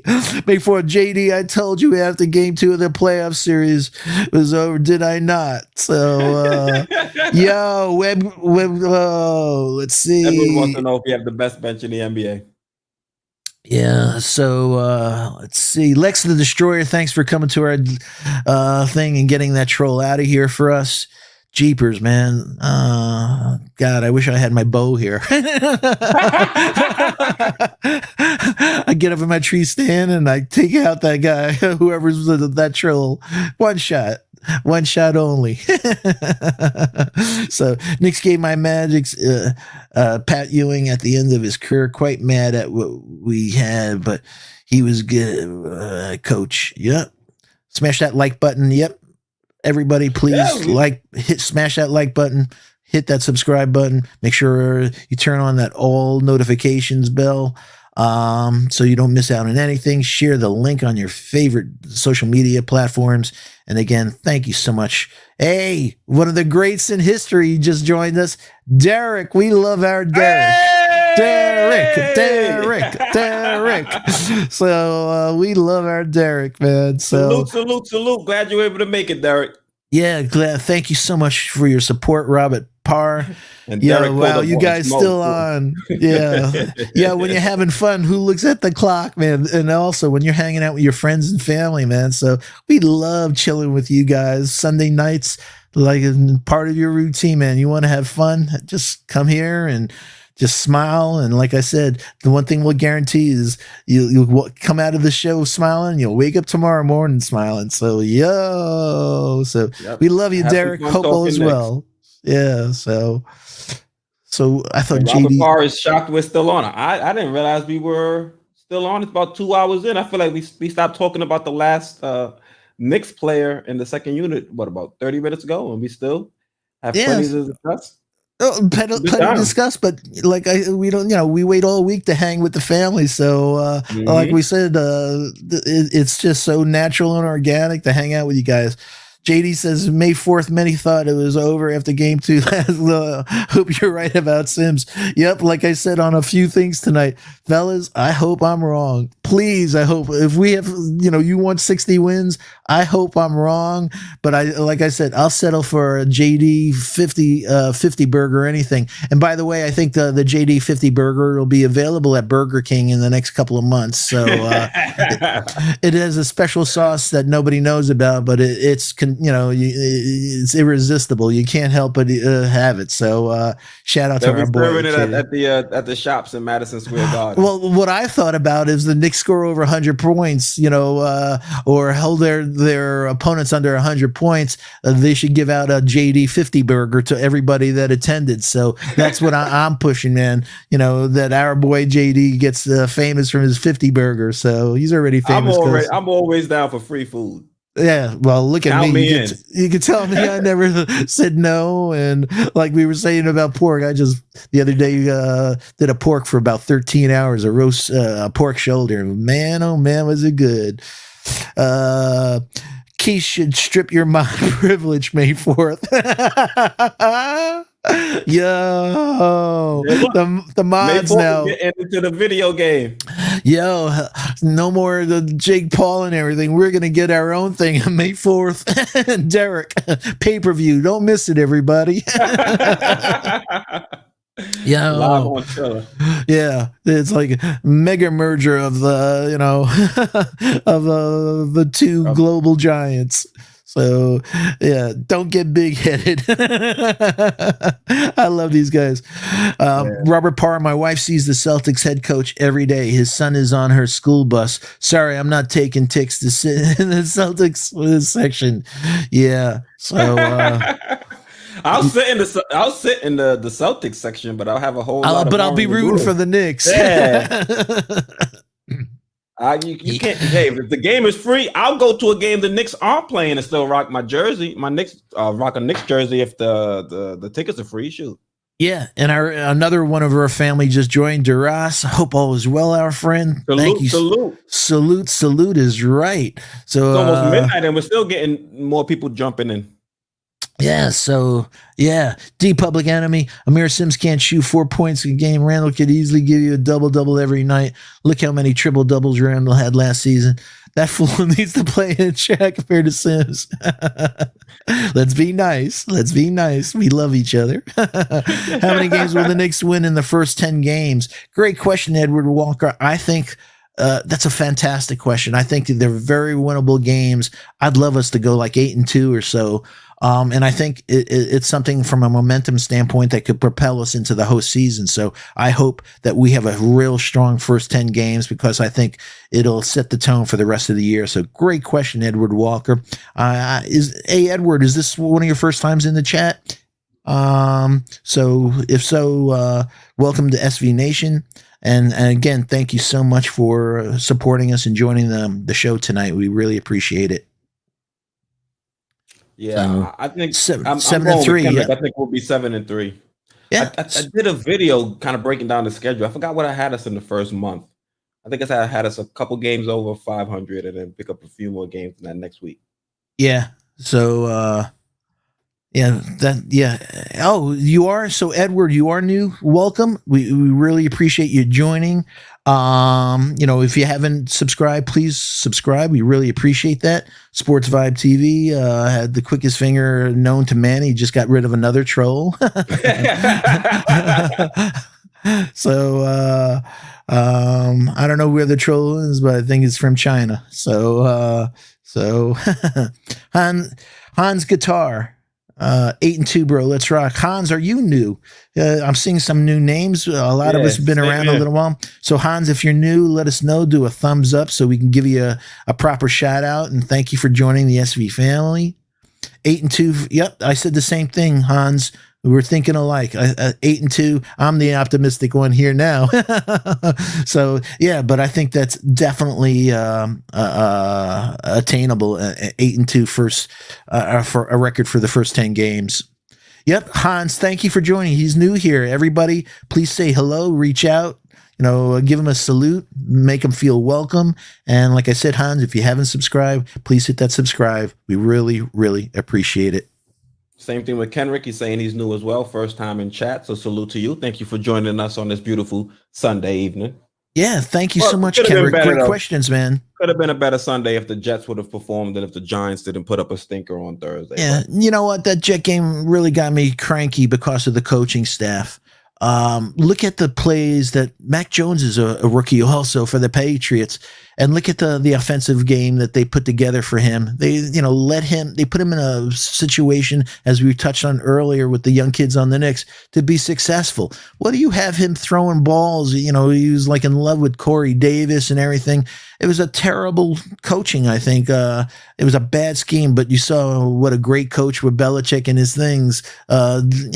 Great coaching against mediocre coaching. I looked at my wife and just said, you know what? Put on Law and Order.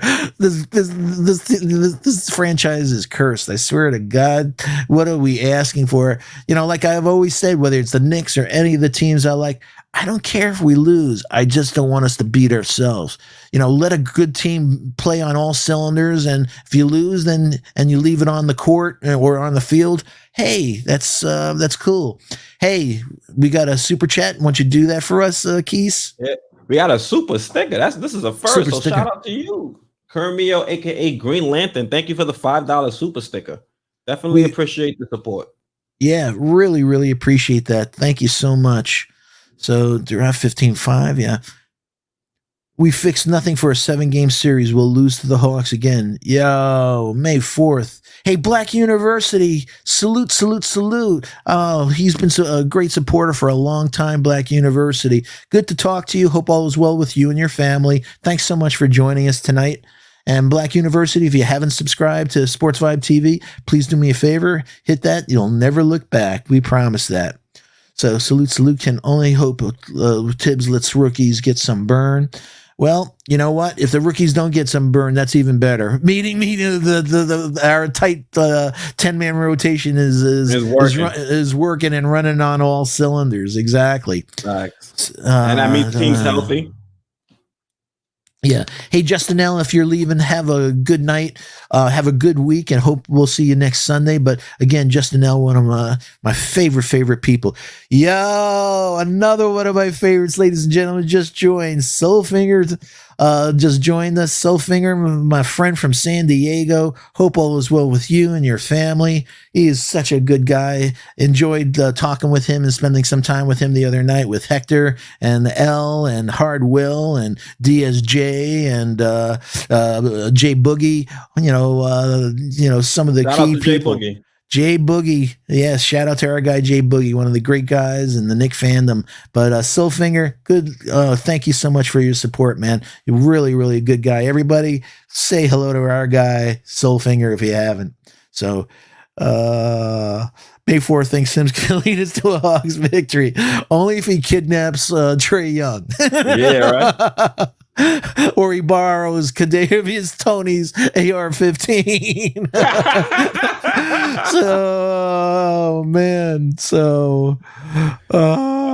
Crazy stuff. Hawks are tough, man. They're tough, and they're even tougher when you have Nate McMillan as a coach. So talk about a profound impact that coach made on that squad last year. And the one thing, if DeAndre Hunter, that kid could ever stay healthy, man, I like that guy. Yeah, I like him as well. Yeah, very good defensive player. Defender, knock down the three. Hey, he gave RJ issues, man. Issues.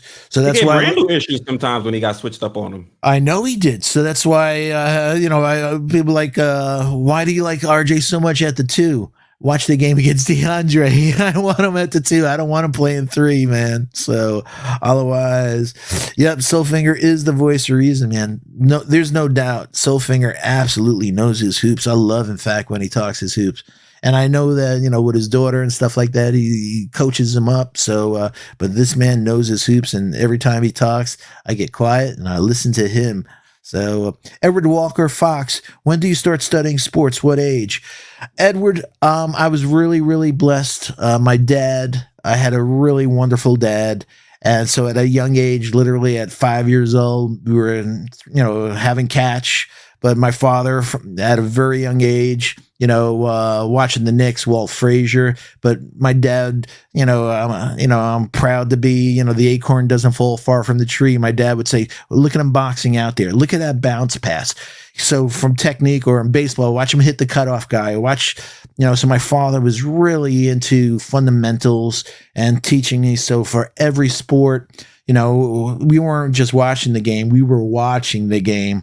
And so I got to give my dad all the credit in the world for my love of sports, but also the way I look at sports, that, when he came home with that paper, be looking, studying it and the box scores, and it'd be a fun thing, him, in the car, us going back and forth. So I am a very, very blessed guy. My dad passed away a few years ago, but he's with me every day of my life, and it's fun. And some people know me from my days on Freezy and stuff, and it's the honest to God truth that every night when I finish this, I take my dog out and I look up at the stars. If it's not over, then I say my prayers and I talk to my dad. And the only thing I've been saying recently is, like, I hate Gary Sanchez too, Dad. My dad was one of the biggest Yankee fans in history. So Edward, getting back to your thing, that's at a very young age, I was exposed to the wonderful what sports can do, and just the same thing. I was having this conversation the other day off the air with JD, and what sports meant in his life. So we have so much commonality there that, I grew up in the Castle Hill projects in the Bronx. Kemba's Soundview was a blink away. So it's nice when you're growing up in the projects in the Bronx stuff to have something like sports to look forward to, rather than thinking that you have to go down the stairwell of 11 stories. Never knowing what the hell happens in the projects, man. So sports was really a savior for me and JD and so many others. Salute to Greg. He's saying that he's the 100th like. Yo, thank you. We really, really appreciate that. So, and again, please hit that subscribe button. And most of all, also, besides that subscribe, make sure you turn on that all reminder bell so you don't miss out on other stuff. Quis dropped a real nice little quick video today on Quickley working on his left hand. He's always dropping these things that we call it digestible little nuggets that, we come in on the show, but it's so nice sometimes to just watch these, minute or so videos that, sometimes the eye, all you need is to watch something for your eyes to watch a guy working on. And basically it's like the old days, you'd see a guy put literally like a sling, a sling on their right arm. So they're just playing with their left hand. And that's what we want with him. Solfang, the two of you talking together sports and dropping knowledge is like cold drink on a hot summer day in the South. Yeah, thank you for those kind words, Soulfinger, man. But also having people like you and the others in the family, the SV Nation, I can't tell you what it means for us. We feel the same way. The feeling's mutual, man. Canal Ben Lawyer. Guess I'll watch the replay. Well, no, Canal. You have any pressing concerns that you want to discuss real quick? Just put it in the chat and we'll talk about it real quick before we sign off. Because we will be logging off soon. But Canal, you just pulled up. You've supported the channel time and time again. So if you want anything you wanted to discuss real quick, just let us know in the chat and we'll talk about it. Yeah, you and anybody else, like I said, one of the things we love is just, at the end of our shows is spending time with you, talking to you, hearing your questions, having laughs and everything. Hey, Quis and Steven, I don't know if this is, I can help. It's called Machete 5.0, lossless video. I guess it's a video editor. I'll write it down, Michael Jones. Thank you. We appreciate you sharing like that. Like we said, that I'll look into it. One of the things of being a content, the complexity of it, the technology, the different layers of software that you have, and having to deal with OSs, apps, and all those things working together, drivers, firmware, all the above. It's crazy. Better movie, Celtic Pride or Eddie? I don't know. I don't think I've watched Celtic Pride, but I'm going with Eddie because that's New York Knicks. Yeah. I don't think I've watched. Is Eddie the one with the chimpanzee or Whoopi? Whoopi, Yeah, right? Yeah. So basketball movies and stuff. I love that stuff. So, otherwise, Fox and Quis is Luca making the roster. Otherwise, I always call him my field producer. He's always asking Ala great questions. That is the $1 million question. And you know what, Ala and our family, if there's one guy who's going to be, who may get the axe, it may be him. You didn't you drop something recently about his foot? Yeah, his team, he came back to New York on Thursday, and his team is saying there's still some issues when it comes to his ankle. So he's going to be reevaluated with the Knicks. Knicks haven't said anything, but I'll keep my ear to the street, see if I find out any other news on Luka. Yeah. What I don't like the thing with Luka is you see everybody else putting in work, whether it be on the court or in the weight room.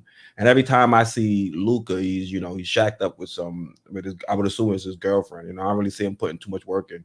So hopefully he's actually. Yo, did you see his girlfriend? Would you be doing anything different? Because I'd like to work on that handle. Oh, yo. Yeah, well, he's enjoyed it. So he was in Spain. He was with her in Vegas. She was with him while he was in Summer League. Then they went over to Spain to quote unquote recuperate or recover, and he's been over there with her and his dog, and then he came back Thursday. Yeah, but you know what? When somebody's in a string bikini like that, you can recover really quick. And it's funny, his foot. He said his foot wasn't hurting him anymore. Right? We'll see what happens with him. I hope he still stays because he can still contribute. But the last time we saw him, we didn't see the Luka that I've been accustomed to out there on the court. And the only thing I can say is it's either him flying from one part of the globe to another part of the globe and having to play immediately, or it's going to be that foot injury. Yeah, and as we know, as a couple of mentioned that have had the ability to travel to Asia, it kills you, man. A 12, 14-hour time difference. So he played in the Olympics. He only played 13 minutes, so we really didn't have a great sample of watching that. But, a few of us touched on, we just didn't like his body language. And we know it's at all. But at the same time, he's like saying to himself, oh my goodness, there's Kemba. Oh my God, there's D Rose. Oh my God, there's Quickley. Oh my God, there's Deuce. Oh my God, there's Rokas. How do I make this squad? And that's why that's a great question. I think if there's one person that may, face the axe, he may be that guy. So we'll see. This team is eating bigger contracts, Dylan. So he may be the culprit. I mean, the only thing they're going to really have to eat is the $2 million that the $2 million fee that they paid to Baskonia. You're right. You're 100% right. Silfinger, those long flights really beat you down, and it takes a while to get it right. It's brutal, man. And especially if you're there a week or so your body assimilates to Asia time, and he was there for the Olympics. Oh my God. So that's why people like being brutal and like saying, yo, if you have a 12-hour body clock difference and all of a sudden you get on a flight, you land in Vegas, you really think you're going to be playing at top notch at an optimal level? That's crazy. Mitchell foot injury. Could this be a problem in the future? Edward, Quis, you want to take it? Quis touched on that earlier about that injury. Yeah, I'm actually looking for the video now. I was going to post it. The thing is, they didn't say too much about his foot fracture, but if it's what I think it is, which is a Jones fracture, then there are some long-term issues that we are going to have to deal with, because that kind of fracture, it has about a 40% chance of being re-aggravated and happening again. So it is an issue when it comes to Mitchell Robinson, a team that is going to sign him to a long-term deal. They're all going to have that in the back of their mind.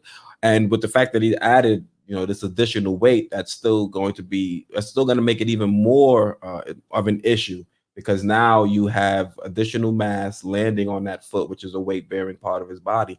So there are some concerns. I think he'll be okay, but it's something we definitely still have to keep an eye on. Yeah, our guy LOI said, does Mitch get extended before the season starts? Always great questions, thought-provoking, and what I always like to ask you guys is step back from being a fan. If you were the owner, you're making a major investment in these guys, so besides his health, his maturity, his game, When we talked about, Keith brought up a great point a couple of weeks ago. Williams would be, his contract would probably be, the standard that we'd use at about the 13 to 15 million per year number. So, but between their doctors, between, all of the inside intel and stuff, it's going to be very, very interesting to see if they do that. So check out the video, the link that Keith just put in. I would have extended already. So hey, you know what? I could absolutely understand that having a big, we see to get a quality big in the NBA is not an easy thing. So if you have one, hold on for dear life and just say your prayers that the guy could be healthy or get healthy and stay healthy. And he's a young man, and hopefully the other elements on the offensive side and some of the things, setting better screens and some of the things that we've brought up with Mitch in the past, that those things, and again having a Kenny Payne, we have Johnny Bryant, the point guard whisperer, and we have Kenny Payne, the big man whisperer. So hopefully those things. Hey, and we saw a major impact. He's not fouling out like he wasn't plagued like he used to. So we're definitely seeing that maturity. So that's a great question, Ala, and it'll be really interesting. But if they don't, I think it's because they have some intel, both on the medical or on the personal side, that they're afraid to pull the trigger. But I would not be surprised at all if they do. So Robert Parr, I'm giving Mitch 13 million plus 3-year child care. Oh, Robert Parr, OG, I love him. Yeah. So you know what? I was going to say give him some extra money for the 6 agencies paying. Yeah, so, right. Guy.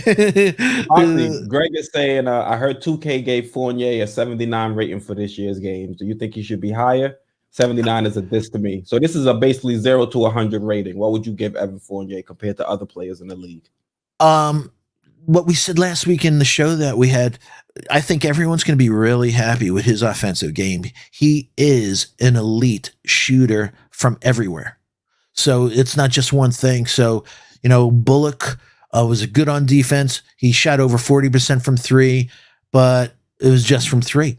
And as I said, I called him last year first half Bullock because he hit 7 in the first half, and then the second half we were like saying, jeepers, man, this guy. So I think we'll forget really quickly about, no pun intended, we'll forget about Bullock with, I think 80 is a really good score, but I think we're all going to be, wow. We watch him with Orlando. I don't look at whatever he did, that was such a little blip on the screen, what he did in Boston. But I think we're going to really like Fournier, and we saw that he has some dog in him. I think he's going to fit in well, but he's an elite shooter, man. And what we know, 55 and change, I'll round it off, 56% from the corner 3. Man, I could see us liking him a whole lot. So we finally got a Frenchman we like. So Frankie, you're gone. We do love a new Frenchman in town, and his name's Evan Fournier. I don't know. People really still love Frank Nitti. I really didn't get the fanfare. Yeah, me either, man. Me either. And that, and also they forget how injury prone the dude is. Every time he had an opportunity to showcase himself, don't put it on the Knicks, don't put it on our coaching staff. It was all on Frank for not being able to stay healthy. He had more groin injuries than Johnny Holmes. So unbelievable. So Evan was killing the U.S. team this summer. Yeah. Hey, quality shooting, man. That's what we're going to see real quick. And as Keith said a few minutes ago, the zone busters, man. So RJ shooting, Randall shooting, Kemba shooting, Fournier shooting. Forget about Mitch, obviously, but 4 out of the 5, man. Let Mitch be down low for those. Hey, he's an elite offensive rebounder, and we missed that badly against the Hawks. If we could just get Mitch back the way he was and stay healthy, we're in great, great, great shape. May 4th, could you imagine if I took notes? No, I can't. Oh, May 4th, you happening, man. You happening. Great. How do they give Mitch an 80 rating and give Fournier a 79? Yeah, 79. That's kind of crazy. Well, That's I kind of guess they were crazy. watching Mitch shoot 5 threes in a row on the video in his home court. So I guess that had Yeah, some. I it's the don't know workout how. videos. Yeah, I don't know how they could do that. The workout videos, but I don't know how you could rate Mitch higher than. Meaning, if the defensive, obviously, he's an elite defensive player. But we'll see. I hope Fournier use that hate to put him on another level this season. I don't know about hate as much as happiness. A place for him to call home and players around him has to be a hell of a lot better than his time in Orlando. That's for sure. So I think he's going to He's be. enjoying the city too. I saw him. He was on the MTA. Yeah, Visited a yeah, couple of the yeah. I major saw that buildings. myself. I caught that myself. Hey, it's New York is the best. One of the great things of being blessed to travel the world. Best city in the world, New York. Not even. I've been to London. I've been. I always say to people, New York is my favorite city in the world.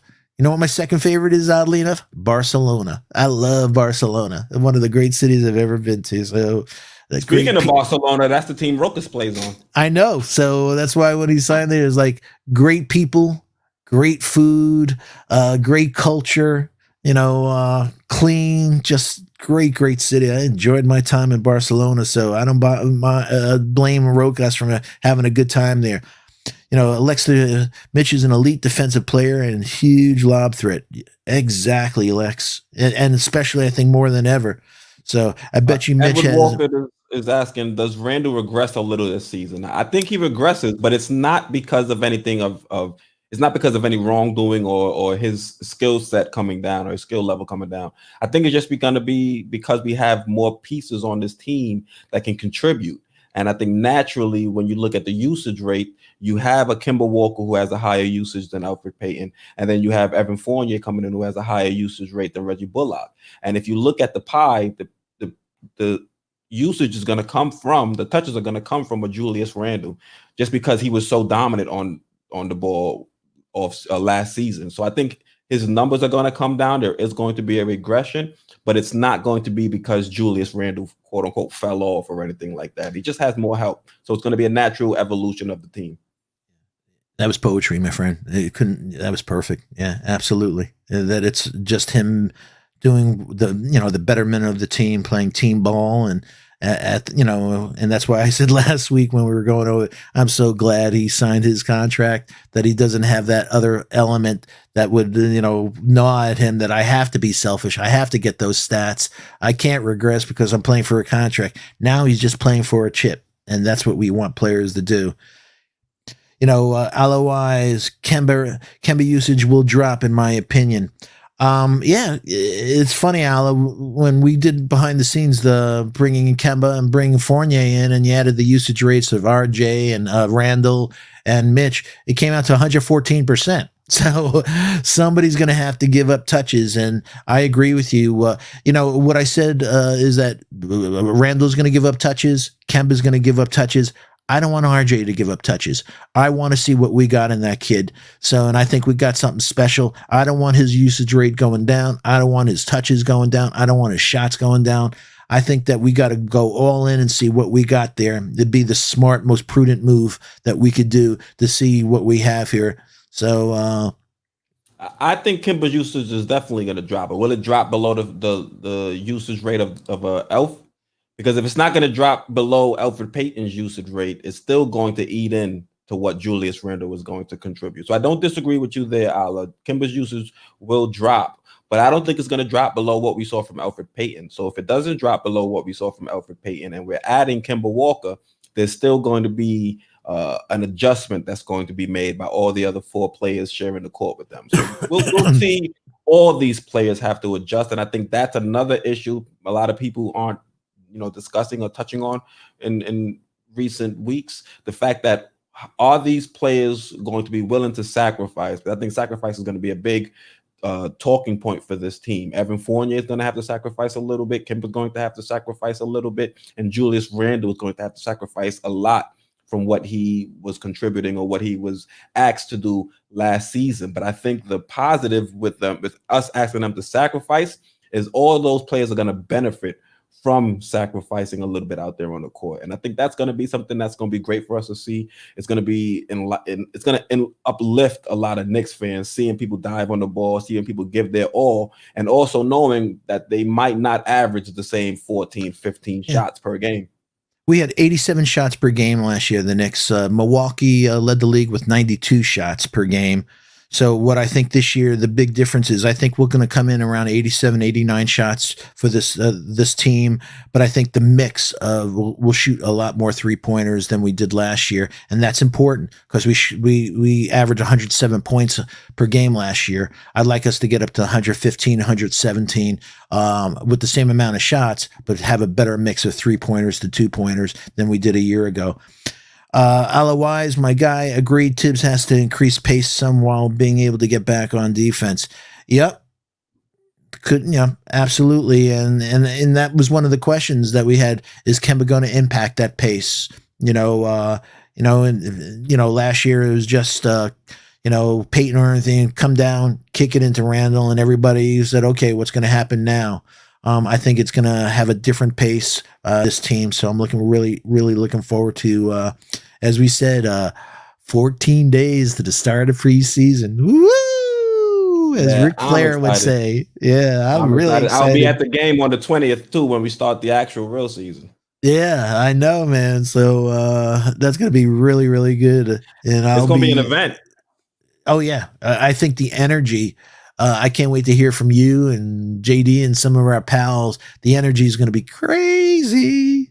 So yeah, JD's making moves too. He's going to be co-hosting an event with CP. I know, and there's going to. I think Begley's going to be part of the crew there, if I read something right. So they're going to have some really good. Going to be following him too soon. They're going to have some really good guests and stuff like that. So it's going to be electric, man.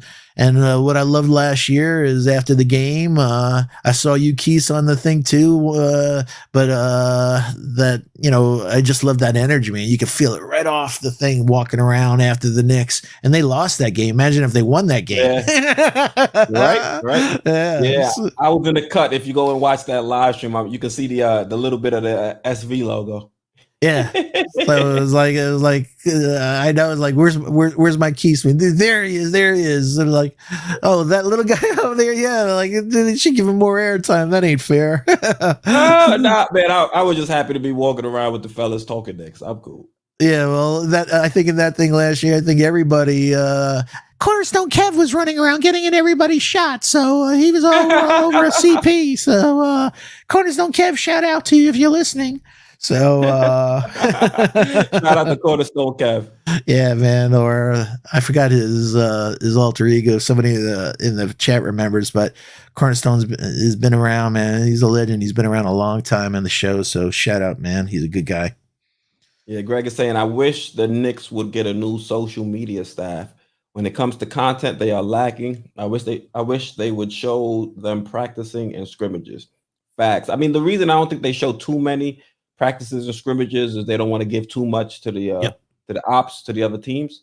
But I mean, they should invite season ticket holders to the practices and the scrimmages. I don't know. Tibbs is like those Belichicks, those old school guys, like close practices. I don't want anybody seeing this. I don't want them seeing he just said. I don't want to give away the recipe. I don't want the media to hear what I'm telling these guys when they mess up. Yeah, exactly. It'd be a whole lot of bleeps. Yeah. Solfing, Mitch's skill set has yet to be tapped. Now that we have personnel who can develop, it's big. Yep, absolutely. And as we were saying earlier, Solfinger, that we were just hoping that the poor kid didn't endure the 2 injuries that he had last year, because that definitely impacted the development with this, with the coaching staff that we had. So, but hopefully he did that. And also what RJ, Drew Hanlon, the thing I loved about RJ, he wasn't dependent on who the Knicks had. He went into his own pocket, got his own shooting coach. And that's what I'm hoping with a couple of guys like Mitch, that, you're investing in your future. So if the Knicks and stuff like that, that's why I said whether Akeem or anybody, it's good money to spend on yourself, invest in yourself, man. You can't have a better investment. Evan Walker is asking, will the Knicks beat the Nets one game this season? We played them 4 times. I see us winning at least one. We I do might end too. up going 1-3, but Yeah, we're winning hey, at least one of those games. Are the big yeah, three going to play all 4 games? That's a big question mark. yeah. There was a And question. Yeah. yeah, go ahead, Foxy. No, I was just going to say the games last year was a questionable. Was it a foul on Kyrie at the end of the game Kyrie. with Randall and stuff like poking? And so we played them tough, and we have a better team this year. So I absolutely look at us definitely winning one, if not more. Hey, our Salute to guy George. He pulled up. George. Hey, how's it Yeah, going, George? George He's running Hopewell as well. on West Coast time. So he's Yeah, still up, of course. yeah. George, part of the syndicate Into the Knicks Verse, folks. If you haven't subscribed, please check out Into the Knicks Verse. Some of the best analytics. I'm an analytics freak, and I just love watching George's stuff. Quality show, quality person. So shout out George. Hope all is well with you and the family. And I hope your brother's dog park is doing well. You were talking the other.